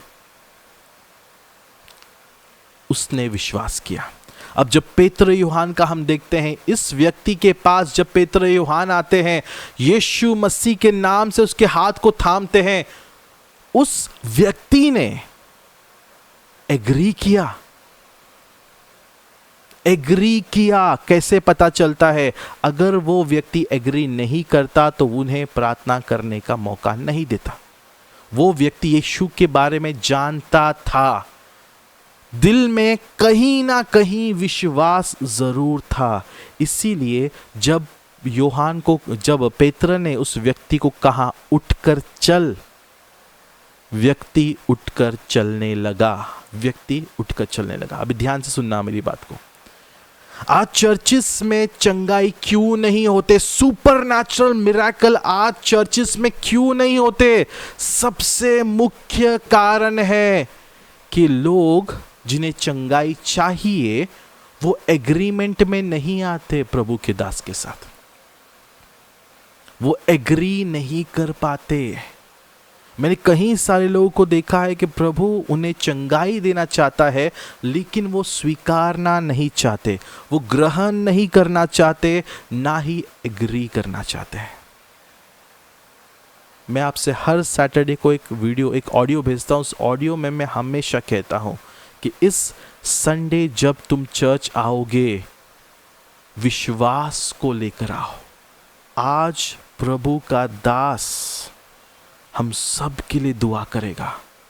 पवित्र आत्मा आज उतर आएगा मेरे लिए और मैं आज घर पे चंगाई के साथ आऊंगा, चंगाई के साथ आऊंगी। ये हम विश्वास नहीं करते। आपको पता है पहले के लोग जो थे ना वो बहुत पावरफुल थे विश्वास में। यीशु मसीह के पास एक व्यक्ति को जो बिछाने पर लेटा हुआ है, जो पैरालाइज है, उसे 4 लोग उसके बिस्तर के साथ उठाकर लेकर आते हैं। पता है क्यों? उन्हें पता है एक बार यदि ये व्यक्ति किसी भी तरह से यीशु के पास तक पहुंच गया वो चंगाई पाएगा। बाइबल में हमने कई सारे लोगों के बारे में सुना है जो आते हैं यीशु के पास, जो राजा था, जो राजा नहीं, जो एक अधिकारी था, वो आता है अपने दास के लिए प्रार्थना करने, क्योंकि उसे पता था जब मैं यीशु के पास जाऊंगा मुझे वो चमत्कार मिलेगा। सोच कर देखो प्रियो, सिर्फ सोच कर देखो एग्रीमेंट में कितना ज्यादा पावर है, कितना ज्यादा। अगर आज आपके शरीर में कुछ भी दर्द, तकलीफ या बीमारी या मुसीबत हो, अगर मैंने जब अंत में जब मैं दुआ करता हूं, अगर आपने एग्री कर लिया, यस, शक के बगैर, कंडीशंस के बगैर, अगर आपने एग्री किया, इससे बंद होना बहुत जरूरी है। अगर ये चलता रहा ना, प्रार्थना का जवाब नहीं मिलेगा। विश्वास होना जरूरी है। दूसरा इंपॉर्टेंट पॉइंट, वो विश्वास नहीं करते। जो लोग हैं जिन्हें चंगाई की जरूरत है, वो सिर्फ इसलिए आते हैं क्योंकि किसी ने बोला, मेरे पड़ोसी ने बोला, अरे तुम्हारी ये बीमारी है, चर्च में आओ चंगाई मिलेगा। अब चर्च में तो आ गए, लेकिन चंगाई देने वाला कौन है उसके करीब कभी नहीं आए। वचन के समय सोते रहेंगे और बोलेंगे प्रभु चंगाई नहीं देता। और ऐसे लोगों से ना मुझे नफरत है, क्योंकि मेरा समय बहुत कीमती है, बहुत कीमती, और मैं ऐसे लोगों पर समय बर्बाद नहीं करना चाहता। मेरे प्रार्थनाओं को मैं वेस्ट नहीं करना चाहता। बहुत सारे ऐसे लोग आज भी चर्चेस में आते हैं जिन्हें प्रभु से कोई लेना देना नहीं, वचनों से कोई लेना देना नहीं, जिन्हें सुबह की प्रार्थना में जुड़ना नहीं। मैं आपसे कहता हूं, मैं ऐसे लोगों से बातचीत करना बंद कर देता हूं। मुझे ऐसे लोग मेरे जीवन में नहीं चाहिए जो सुबह की प्रार्थनाओं में जुड़ना नहीं चाहते, जो प्रभु के करीब आना नहीं चाहते, जो पापों से मन फिराना नहीं चाहते, जो पश्चाताप नहीं करना चाहते हैं, लेकिन सिर्फ चमत्कार चाहते हैं। उन्हें चमत्कार नहीं दिया जाएगा, कभी नहीं दिया जाएगा। इसलिए मैं आपसे कहता हूं, मुझसे मिलने से पहले आप अपॉइंटमेंट लीजिए। इसके पीछे का एक बहुत मुख्य कारण है।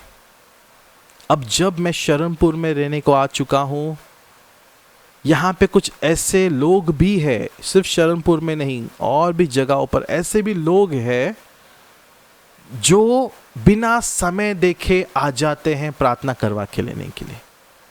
और जब इन व्यक्तियों को जब मैं समझाता हूँ और उनके लिए प्रार्थना करता हूँ, प्रार्थनाओं का जवाब नहीं आता, वेस्ट हो जाता है समय, लेकिन ये लोग आकर मेरे 2 से 3 घंटे को खा लेते हैं।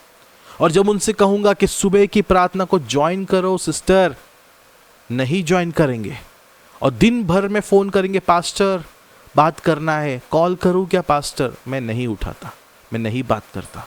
उन्हें बुरा लग रहा है, लगने दो, लगने दो, मुझे कोई फर्क नहीं पड़ता, क्योंकि मैं अपना समय मेरे खुदावन को देना पसंद करता हूँ।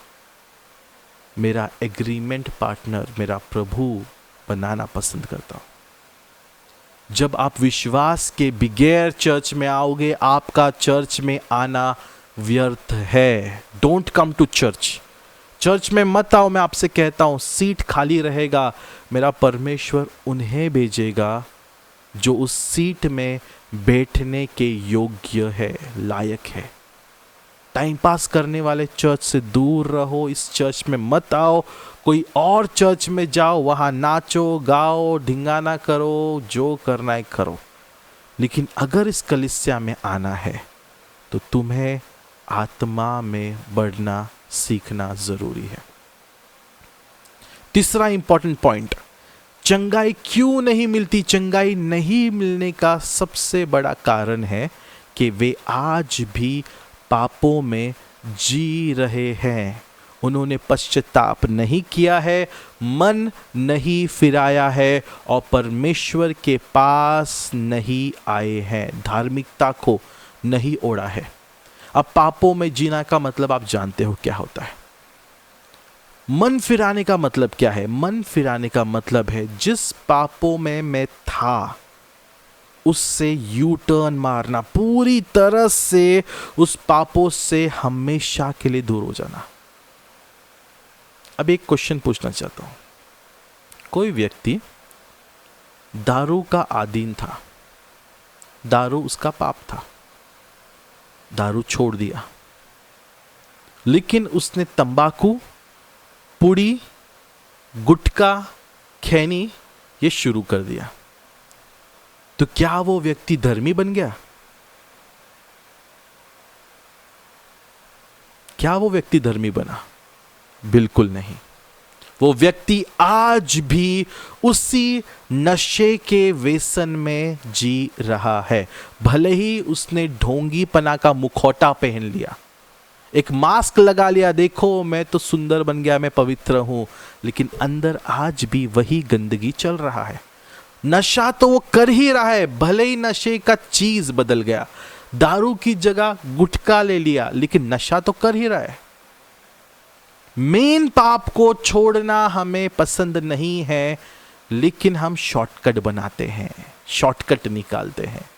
याद रखना प्रियो, हम अपने आप के साथ धोखा कर रहे हैं। इसीलिए कहते हैं मन फिराओ। मन फिराने का मतलब है पापों से दूर होकर यीशु के करीब आना। मन फिराना मतलब सिर्फ पापों से दूर होना नहीं होता है, यीशु के करीब आना, इससे मन फिराना कहते हैं। अब धार्मिकता को ओढ़ना मतलब क्या होता है? जब तुम यीशु के करीब आने लगते हो, तुम वो काम करोगे जो उसे पसंद आता है, और तब तुम धर्मी बनोगे। तुम अपने आप के लिए नहीं, अपने शरीर के लिए नहीं, अपनी बीवी के लिए नहीं, अपने बच्चों के लिए नहीं, लेकिन उसके लिए जीने वाले बनोगे। तुम्हारा दिल टूटने लगेगा, तुम्हारा दिल रोने लगेगा जब तुम उसकी उपस्थिति में चले जाओगे, क्योंकि वो प्यार, वो सामर्थ कहीं और नहीं मिल सकता। अब तीसरा और आज के लिए इंपॉर्टेंट आखिरी पॉइंट, जब एक मन हो जाते हैं, याद रखिएगा, जब लोग एक मन हो जाते हैं, रिवाइवल उतर आता है। रिवाइवल उतर आता है। हम निकालेंगे प्रेरितों के काम उसका 4 अध्याय 31 से 35। प्रेरितों के काम उसका 4 अध्याय 31 से 35 पढ़िए प्लीज। जब वे प्रार्थना कर चुके तो वह स्थान जहां वे इकट्ठे थे हिल गया। सोचो, यहां पे रुको जरा। जब वे प्रार्थना कर चुके थे, जिस जगह पर वे खड़े थे वो हिलने लग गया। वो पावर क्या होगा, सिर्फ सोच के देखो। हिलने लग गया जगह। आगे। और वे सब पवित्र आत्मा से परिपूर्ण हो गए जीसस। और आगे। परमेश्वर का वचन हियाव से सुनते रहे। ध्यान से और सुनो, विश्वास- सुनो यहां पे एक मिनट। जब तक तुम संगति में आकर प्रार्थना नहीं करोगे, जब तक तुम संगति में आकर एक मन होकर प्रार्थना नहीं करोगे, तभी तक पवित्र आत्मा उंडेला नहीं जाएगा। और आपको पता है जगह हिला देने का अर्थ क्या होता है? जगह हिला देने का दो अर्थ है। पहला, लिटरली वो जगह कांपने लगता है, हिलने लगता है, हमें महसूस होने लगता है कि हमारे पैर की ज़मीन हिल रही है, कुछ अद्भुत हो रहा है। और दूसरा, आपके अंदर जो शैतान ने गढ़ बांधा हुआ है, जो आपके सालों सालों के पाप, जो आपकी गंदगियों की वजह से जो आपके अंदर शैतान ने अपना घर बांधा है, वो घर टूटने लगता है। और उसके बाद जब घर हिलने लगता है, तब पवित्र आत्मा तुम पर उतर आता है, सर से लेकर पैरों तक। और जब पवित्र आत्मा उतरता है, तब लोग वचन दिल की गहराइयों से सुनने लगते हैं। इसीलिए मैं कॉयर टीम पर, वर्शिप टीम पर मैं हमेशा प्रेशर डालता था, हमेशा से डालता था, क्योंकि अब मैंने उन्हें आज़ाद कर दिया है। मैंने प्रेशर छोड़ दिया, हर रूल्स एंड रेगुलेशंस छोड़ दिए। वो नहीं सुधर रहे, मैं अपने आप को बदल देता हूं। लेकिन याद रखना टीम, एक बात को पढ़ो, अगर लोग वचन नहीं सुन रहे हैं, उनका ध्यान भटक रहा है, तो गलती तुम्हारी है और प्रभु तुम सबसे न्याय लेने वाला, हिसाब लेगा। क्योंकि तुम्हारे कारण वो पवित्र आत्मा उस जगह पर नहीं उतर पाया और लोग पवित्र आत्मा से नहीं भर पाए। मैं एक की बात नहीं कर रहा हूं, एक व्यक्ति पाप में होगा, दो पाप में होगा, तीन होगा, लेकिन पूरी कलीसिया पाप में नहीं हो सकता। तुम्हारे ऊपर एक बेहद बड़ा जिम्मेदारी है। इसे मजाक ना समझो कि चलो पास्टर ने हमें लीड करने दिया, जो भी है निकालेंगे, गाएंगे, आ जाएंगे, रोज की तरह रूटीन खत्म। नहीं, तुम्हारे ऊपर एक जिम्मेदारी है कि मैं आज लोगों को पवित्र आत्मा से जोड़कर ही रहूंगा। ये बोझे के साथ जब तुम पवित्र आत्मा से प्रार्थना करते हुए, उपवास के साथ उसके सामने गिड़गिड़ाते हुए मांगोगे कि पवित्र आत्मा आज तेरी उपस्थिति चाहिए, मतलब चाहिए, तुझे आना ही होगा, तुझे लोगों को छूना ही होगा, तब वो जरूर आएगा, जरूर आएगा और लोगों को भरने लगेगा। और जैसे ही लोग भर जाते हैं, वे वचन को सुनने लगते हैं, सुनने लगते हैं। आगे पढ़िए, क्या लिखा है आगे? और 32। और विश्वास करने वालों की मंडली एक चित्त और एक मन के थे, यहाँ तक कि कोई भी अपनी संपत्ति अपनी नहीं कहता था, संपत्ति अपनी नहीं कहता था, परंतु सब कुछ साझे का था। और प्रेरित बड़ी सामर्थ्य से प्रभु यीशु के जी उठने की गवाही देते रहे और उन सब पर बड़ा अनुग्रह था। आमीन। आगे। और उनमें कोई भी दरिद्र ना था, क्योंकि जिनके पास भूमि या घर थे, वे उनको बेच बेच कर बिकी हुई वस्तुओं का दाम लाते और उसे प्रेरितों के पांव पर रखते थे। आमीन, आमीन। प्रियो, अभी आपको पता है जो वचन है ना, ये वचन जब हो रहा था, तभी का समय क्या था? तभी का समय था, एक संपला माझा उन्होंने हॉटस्पॉट बंद डाला। हाँ, तो माइक बंद कर दे सूरज। वो समय जो था, वो समय था क्रिस्त विरोध का।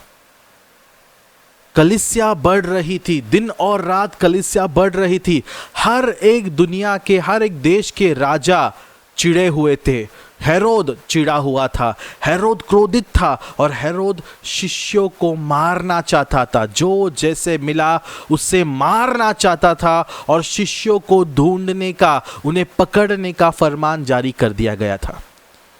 अगर कोई क्रिश्चियन मिलता तो उसे पकड़कर टॉर्चर करके मारने का, सबके सामने उसे मार देने का फरमान जारी कर दिया गया था। इस भयंकर परिस्थिति में जब उन्हें कुत्तों की तरह ढूंढा जा रहा है, तब उनके पास आशीष आ रहा था। सोच के देखो, बाइबल में लिखा है, 34 अध्याय में लिखा है कि उनमें से किसी के पास कोई भी कमी नहीं थी। क्यों नहीं थी कमी? क्यों नहीं थी? क्योंकि लोग जो थे, कलीसिया के लोग जो थे, वो अपनी जमीन, अपनी जायदाद बेच बेच कर परमेश्वर के दास के पैरों में उसे लाकर दे रहे थे। आप सिर्फ सोच के देखो, ये प्रभु के शिष्य एक जगह पर छुपे हुए हैं, बाहर नहीं निकल पा रहे हैं और इस जगह पर उनकी कमी घटी प्रभु पूरा कर रहा है। और आपको पता है वचन में क्या लिखा है? 32 में लिखा है कि लोग जो थे वो एक मन होकर प्रार्थना करते थे। वो एक हो चुके थे, इस कदर एक कि कोई ये नहीं कहता कि ये मेरा घर है, ये मेरा प्रॉपर्टी है, ये मेरा बंगला, ये मेरा गाड़ी, ये मेरा घोड़ा। सभी लोग हमारा है कहते थे। देखो, सोच के देखो क्या प्यार था उनमें। हम कहते हैं, हम चर्च में कहते हैं हमारा एक बड़ा परिवार है, हम सब एक है, हम सब भाई बहन हैं। लेकिन प्रियो, सच बताऊं आपको, अगर सच में हम सब भाई बहन होते ना, तो एक दूसरे को मदद करने के लिए यदि हमारे पास ताकत होता तो हम एक सेकंड के लिए भी नहीं सोचते। कल मुझे कुछ बात का दुख भी लगा, क्योंकि जब उस भाई का ज़रूरत का समय था और जब मैंने मैसेज डाला, उस मैसेज को कई लोगों ने सुना था, लेकिन एक भाई, मैं सबके सामने उनका नाम लेना चाहूँगा, भाई जितेंद्र पंडित, जो इतने साल तक प्रभु में नहीं थे, अभी कुछ ही साल हुए हैं वो प्रभु यीशु में विश्वास में बढ़ रहे हैं, बिना कुछ सोचे। बहुत बड़ा नहीं भेजा, छोटा भेजा, हम नहीं बताएंगे। प्रभु को महिमा मिले और उस प्रभु के जो बेटा है भाई जितेंद्र, उन्हें प्रभु आशीषित करे। छोटा अमाउंट बिना सोचे तुरंत भेज दिया, और जैसे ही उस भाई ने उस अमाउंट को भेजा, मैंने ऑडियो डाल दिया कि प्रभु ने दरवाजे खोल दिए। सोचो, और जब उन्हें वो पैसा रिटर्न भेजा गया, उस भाई ने कहा कि पास्टर, मैंने तो बहन के लिए भेजा है, उनके पास रहने देना चाहिए था। मैंने कहा नहीं ब्रदर, परमेश्वर ने जब जो चीज़ फ्री में कर दिया उसके लिए हम पैसे क्यों लें। ये होता है इंसान का दिल जब वो परिवार मानता है। ये होता है लोग जब पैसों से बढ़कर प्रेम को मानते हैं। आज चर्चेस में प्रॉब्लम क्या है? हमारे चर्च का प्रॉब्लम क्या है? हमारे चर्च में पैसे को वैल्यू है। लोग पैसे को देखकर कुड़कुड़ाते हैं। आज चर्च में कई सारे ऐसे भी लोग हैं जो 1000 रुपए का मेंबरशिप सुन के चर्च को आना बंद कर दिए। ऐसे भी लोग हैं जो चर्च में तो आते हैं लेकिन मेंबरशिप नहीं लेना चाहते। पास्टर हमको मेंबरशिप नहीं चाहिए। गुड, पास्टर बंगला बांध रहा है और पास्टर को इस 1000 रुपए से ना एक एक ईंट खरीद के लगाना है। प्रियो, हम जब एक दूसरे को परिवार कहते हैं ना, परिवार में हमारा तुम्हारा नहीं होता है। परिवार में सब कुछ सबका होता है। जब तुम पर कोई मुसीबत आए, इसी को कलीसिया कहते हैं। जब तुम पर कोई तूफान आए, सब साथ में खड़े हो जाए, इसी को एक कलीसिया कहते हैं। आज दुनिया भर में लाखों करोड़ों चर्चिस है, लेकिन सभी चर्चिस में शैतान का एक सबसे बड़ा हथियार काम कर रहा है, और वो है मैं पना। यीशु का वचन कहता है मत्ती 24 में, अंत के समय लोग लूट के समय और नूहा के समय के लोग बनेंगे। और क्या है वो लूट का समय, क्या है नूहा का समय? सब स्वार्थी, सब मतलबी और सब अपने बारे में सोचने वाले बन जाएंगे। परमेश्वर के बारे में सोचने वाला बचेगा ही नहीं। मुझे चाहिए, मेरे लिए, मेरे लिए, मेरे लिए। आपको पता है क्या, संडे को कभी कभी ऐसा हालत हो जाता है कि मैं खड़े रह रहे के 3 घंटे 4 घंटे खड़े रह रहकर मेरे पैर दुखने लगते हैं। फिर भी लोग लाइन लगा के प्रार्थना के लिए आते हैं, एक के बाद एक आते हैं। मैं 1000 बार समझा चुका हूं, जो चंगाई मिलना है वो प्रार्थना में ही मिल जाएगा। जब सबके लिए किया जा रहा है, विश्वास तुम करो तुम्हें मिलेगा। लेकिन लोगों को ये नहीं दिखता पास्टर का पैर दुख रहा है। लोगों को अपने चीजों को ही आगे लेकर आना है। पास्टर दर्द से खड़ा रहता है, पास्टर के पैर दुखने लगते हैं, इंसान 3-3.5 घंटे से खड़ा है। इंसानियत खत्म, इंसान मतलबी बन चुका है। मुझे मेरा काम पूरा ही करना है। फिर पास्टर का पैर दुखे, पास्टर को तकलीफ हो, चक्कर आके गिरे, कुछ भी हो, उससे हमको कोई लेना देना नहीं। ये स्वार्थीपना बदलना जरूरी है। जहां देखो लोग रिवाइवल रिवाइवल चिल्ला रहे हैं, रिवाइवल रिवाइवल। अरे रिवाइवल क्या रास्ते में बेचने वाला भजिया है क्या? क्या वो 2 रुपया में मिलने वाला कोई चॉकलेट है जो दुकान में जाएंगे, अंकल को बोलेंगे चॉकलेट दे दो रिवाइवल वाला, मैं खा लूंगा, मेरे को शक्ति मिल जाएगा? रिवाइवल मार्केट में मिलने वाला सब्जी नहीं है। रिवाइवल कमाया जाता है एग्रीमेंट में आकर। चर्चिस में रिवाइवल क्यों नहीं आ रहा है? क्योंकि लोग एग्री नहीं कर रहे। और मैं आपसे एक बात बताऊं, हमारा चर्च है ना, बहुत निकट है रिवाइवल के लिए। प्रभु ने सब कुछ दिया है। हमारे पास चर्च का जमीन है, प्रभु ने दिया, बांधने का काम करना है, लेकिन हम तैयार नहीं। दूसरी बात, हमारे पास लोग हैं, हमारे पास इंस्ट्रूमेंट्स है, हमारे पास सब कुछ है जो एक आराधना को लेकर आएगा, लेकिन बजाने वाले, गाने वाले और जो लोग हैं उसका फायदा उठाने तैयार नहीं। सब कुछ होने के बावजूद भी हमारे पास कुछ नहीं। और मैं आपसे कहता हूं, कुछ ऐसे भी कलीसिया है जिनके पास कुछ नहीं, जिनके पास जिस समय ऐसे इंस्ट्रूमेंट, ऐसे चीज मिल जाएंगे, वो चर्च आसमान की ऊंचाइयों पे पहुंच जाएंगे। भूखे और प्यासे लोग। पवित्र आत्मा जब तक तुम्हें नहीं भरेगा, तुम एग्रीमेंट में नहीं आ सकते, नहीं आ सकते। हम किसी के साथ भी एग्री नहीं कर सकते जब तक पवित्र आत्मा हमें नहीं भरेगा। अब याद रखना, एक इंपॉर्टेंट चीज मैं आपको बता रहा हूं। अगर आप चाहते हो कि प्रभु आपका इस्तेमाल करे, जो हर एक इंसान चाहता है, पास्टर प्रभु मेरा इस्तेमाल करे। अगर प्रभु को तुम्हारा इस्तेमाल करना है, 2 कंडीशंस है। पहला कंडीशन, तुम्हें मरना होगा। यस, तुम्हें मरना होगा। दूसरा, यीशु का पवित्र आत्मा तुम में जीने लगेगा। तुम्हें मरने का मतलब क्या है? जितने भी पाप है, मन की अभिलाषा, आंखों की अभिलाषा, शरीर की अभिलाषा, जो कुछ भी मुझे मेरे लिए चाहिए, उस इच्छाओं को मरना होगा। एक मुर्दा इंसान जैसे जीता है, जिसकी कोई इच्छा नहीं होती, मुर्दा डेड बॉडी कुछ नहीं मांगता, उसी प्रकार तुम्हें अपने अंदर की हर एक इच्छाओं को मारना होगा। तुम्हें मरना होगा, खुद के लिए मरना होगा, और तब जाके पवित्र आत्मा तुम्हारे अंदर निवास करके यीशु की इच्छा तुम्हारे द्वारा पूरी करवाएगा।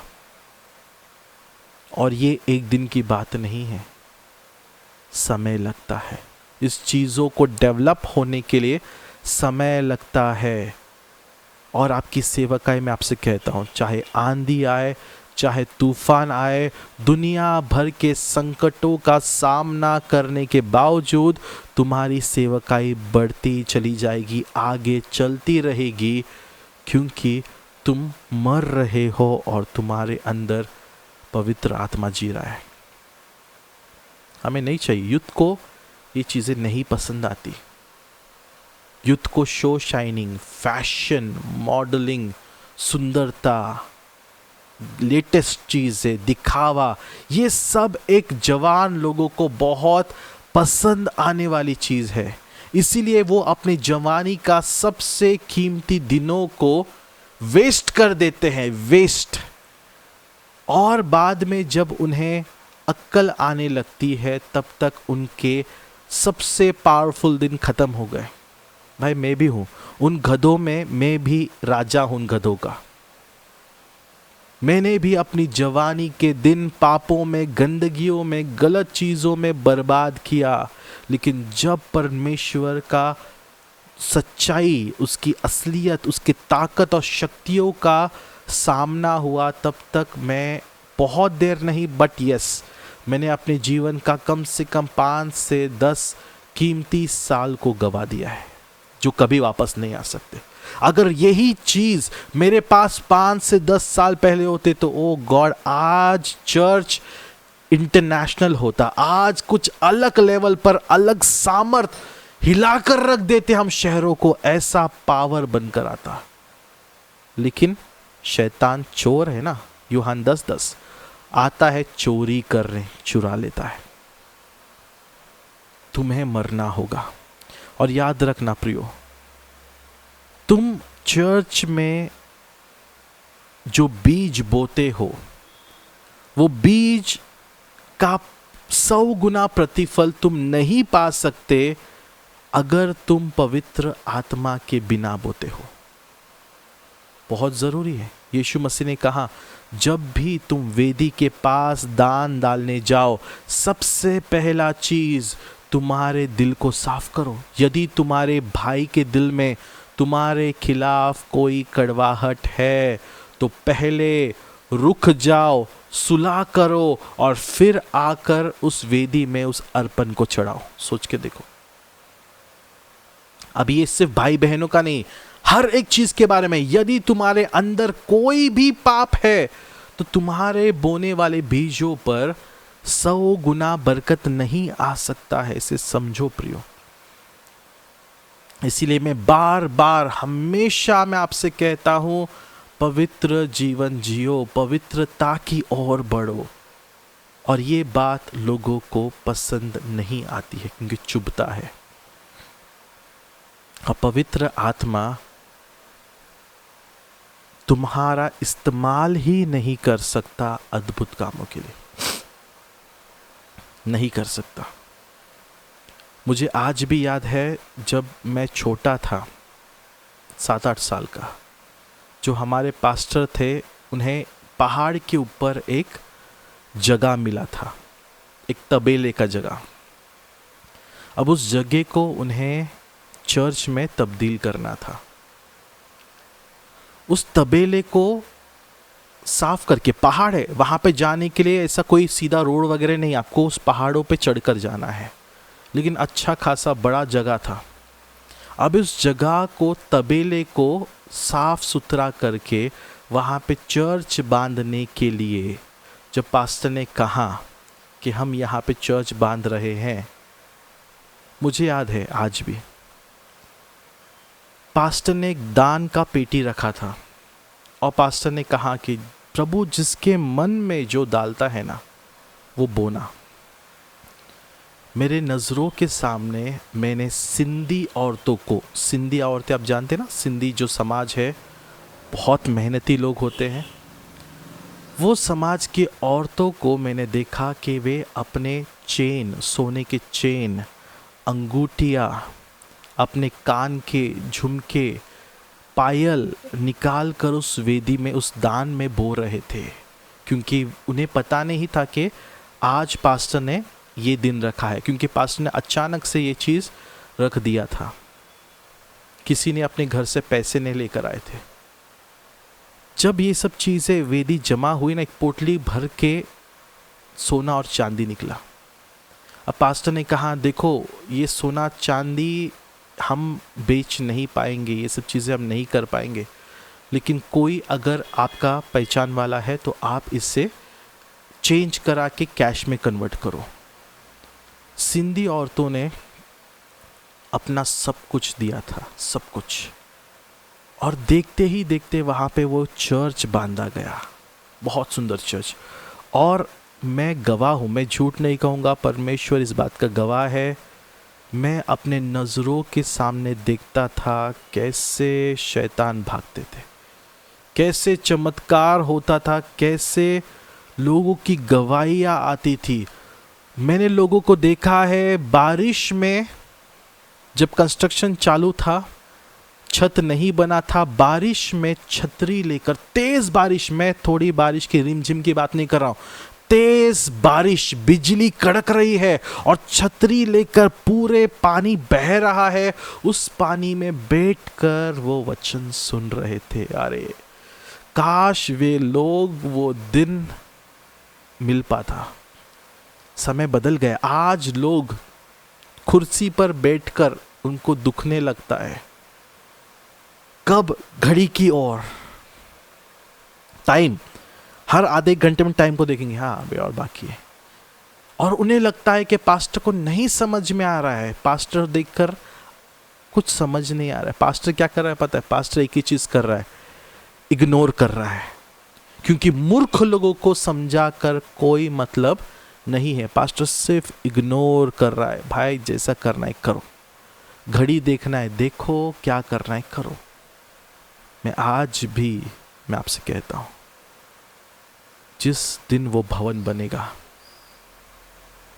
तुम खुद हर एक व्यक्ति आकर मुझसे जरूर कहोगे, हमारे कलीसिया का सबसे सही डिसीजन था भवन बांधना, क्योंकि जो अभिषेक उसके पीछे आने वाला है वो चीज़ों को बदल देगा। आपको क्या लगता है, लोग जो थे, जो शिष्य के साथ जो पहली मंडली के लोग थे, क्या उनका दिल इतना बड़ा था? नहीं, वो तो कपटी लोग थे, लेकिन उनके अंदर बदलावट किसने लाया? बदलावट पवित्र आत्मा ने लाया। जब वे आराधना साथ में एक मन होकर करते थे। सोचो, मुसीबतों के बीच बाइबल में लिखा है उनके पास कोई कमी नहीं थी, कोई भी कमी नहीं थी। और धन्यवाद हो उन पहले लोगों का जिन्होंने अपना घर, अपना खेती, अपना प्रॉपर्टी बेचकर, पैसे उठाकर लाकर शिष्यों के पैरों में डाल दिया। क्योंकि आज आप और मैं जो यीशु के बारे में सीख रहे हैं ना, जो सुन रहे हैं ना, ये सब कुछ मुमकिन हुआ है उन पहले पीढ़ी वाले क्रिस्तियों के कारण, उनके दानों के कारण। और उसी दानों के कारण शिष्य दुनिया भर जा जाकर प्रचार करते थे। थोमा इंडिया आया। अगर आप नक्शे में देखो तो इज़राइल और इंडिया में बहुत बड़ी दूरी है, और समंदर से आना होता था, उस टाइम फ्लाइट्स नहीं थे। ऐसे लोगों ने बोया, और आज आप और मैं बैठकर यीशु के बारे में सीख रहे हैं, उसकी पवित्रता को, उसके पवित्र आत्मा का अनुभव आज हमें हो रहा है, क्योंकि किसी लोगों ने निस्वार्थ होकर बोया। लोग जेब नहीं देखते थे, घर नहीं देखते थे। बाइबल में लिखा है, मैं आसमान से नहीं बता रहा हूँ, बाइबल के वचनों से बता रहा हूँ। और आपको क्या लगता है प्रभु ने इनको नहीं दिया होगा? ज़रूर। प्रभु का वचन कहता है जो कुछ भी तुम प्रभु के लिए करोगे प्रभु तुम्हें 100 गुना इस पृथ्वी पर भी और स्वर्ग में भी देगा। और आज जो हम हर एक व्यक्ति जो वचन सुनता है ना, इसका एक सबसे बड़ा आशीष का भाग प्रभु उन लोगों को देता है जिन्होंने दान बोकर इससे पॉसिबल किया। याद रखिएगा, प्रभु का वचन फ्री है, आमेन, बट उससे पहुंचाने के लिए खर्चे जरूर होते हैं। हर एक चीज का दाम लगता है। अब जिस ऑफिस में बैठकर मैं आपको सिखा रहा हूं, सुना रहा हूं, ये फ्री नहीं है। इसका मुझे रेंट भरना पड़ता है, लाइट बिल्स भरने पड़ते हैं, जो चीज़ें हमने इकट्ठा की है इसके EMIs होते हैं, क्या कुछ नहीं चीज़ें हमें झेलना होता है ताकि प्रभु का वचन लोगों तक पहुंच सके। ये सब कुछ मुमकिन हुआ उन लोगों के निस्वार्थ प्रेम के कारण। लेकिन ये कैसे हुआ? जब वे लोग एक मन होकर एग्रीमेंट में आकर प्रार्थना करने लगे। अब एक आखिरी पॉइंट बोलना चाहूंगा, सिर्फ 5 मिनट में आपका और लेना चाहूंगा। वचन की शुरुआत में हमने मत्ती 18 का 18 से 20 वचन देखा। उस वचन में हमने एक चीज को जाना, जब 2 लोग एक मन होकर प्रार्थना करे,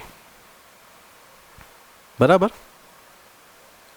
आपको पता है शैतान ये वचन जानता है, इसीलिए हर एक परिवार में पति पत्नी के बीच में डिफरेंस है, दूरी है, लड़ाई झगड़े हैं, वो एग्री नहीं हो पाते, इसका दिमाग उसका दिमाग मैच नहीं कर पाता। वो सोचती है मेरा मुसीबत सबसे बड़ा, लड़का सोचता है मेरा तकलीफ दुनिया भर का बड़ा, तुझे क्या पता मैं क्या झेलता हूं, वो बोलेगी तुझे क्या पता मैं क्या क्या करती हूं। ये एग्री नहीं हो पा रहे। क्यों नहीं हो पा रहे? भाई शैतान बैठा है ना, शैतान ने ऐसा जाल बिछाया है कि परिवार टूटे हुए हैं, परिवार एक नहीं होना चाहते। जिस दिन पति पत्नी अपने ईगो, घमंड और अपने हर एक चीजों को छोड़कर एग्रीमेंट में आ जाए, एग्री होने लगे हर एक चीज को लेकर, उस दिन तुम्हारे घर में रिवाइवल शुरू हो जाएगा। उस दिन तुम्हारा परिस्थिति, तुम्हारा परिवार पूरी तरह से बदलने लगेगा, तुम्हारा घराना उद्धार को पाएगा। क्योंकि बाइबल में वचन दिया है प्रभु ने, 2 लोग, सिर्फ 2 लोग, और एक पति पत्नी से बढ़कर अच्छा एक दूसरे के मुसीबतों को या परिवार के टेंशन्स को जानने वाला कौन हो सकता है? कौन हो सकता है? इसीलिए परिवार पर हमले हो रहे हैं, इसलिए परिवार के ही लोग अपने ही लोगों को सपोर्ट नहीं कर पाते, अपने लोगों को वो साथ नहीं दे पाते। किसी भाई ने मेरे को एक दिन पूछा, अभी कुछ ही दिन पहले की बात है, किसी ने पूछा कि पास्टर आपके फैमिली के जो आपके करीबी लोग हैं, आपके ससुराल के लोग हैं, ये आपके चर्च को क्यों नहीं आते पास्टर? जब घर में ही प्रभु का दास है, जब घर में ही आपके सब है, आपके पास आपका ये वचन के लिए हम लोग दूर दूर से आते हैं, लेकिन जब आपके ही घर में आपका सब कुछ है तो आपके लोग आपके साथ क्यों नहीं? बहुत सिंपल जवाब है। यीशु मसीह ने कहा कि भविष्यवक्ता को उसके ही लोग निरादर करेंगे। यीशु मसीह को भी उसके परिवार के लोगों ने निरादर किया, हल्के में लिया। यीशु मसीह के सेवकाई में उनके साथ कौन था? यीशु की मम्मी और उसका एक भाई को छोड़कर और कोई नहीं थे, कोई भी नहीं थे। याद है आपको, एक वचन में लिखा है, यीशु मसीह से मिलने उनकी माँ और उनके फैमिली आते हैं और शिष्य आके यीशु से कहते हैं कि आपकी मम्मी और आपका भाई बाहर खड़ा है, आपसे मिलना चाहते हैं। और यीशु मसीह तब कहते हैं कि मेरा भाई, मेरा बहन, मेरा परिवार, मेरा माँ, मेरे डैड कौन है? मेरे परिवार वो है जो परमेश्वर के वचनों को सुनते हैं और दिल से ग्रहण करके उस पे चलते हैं।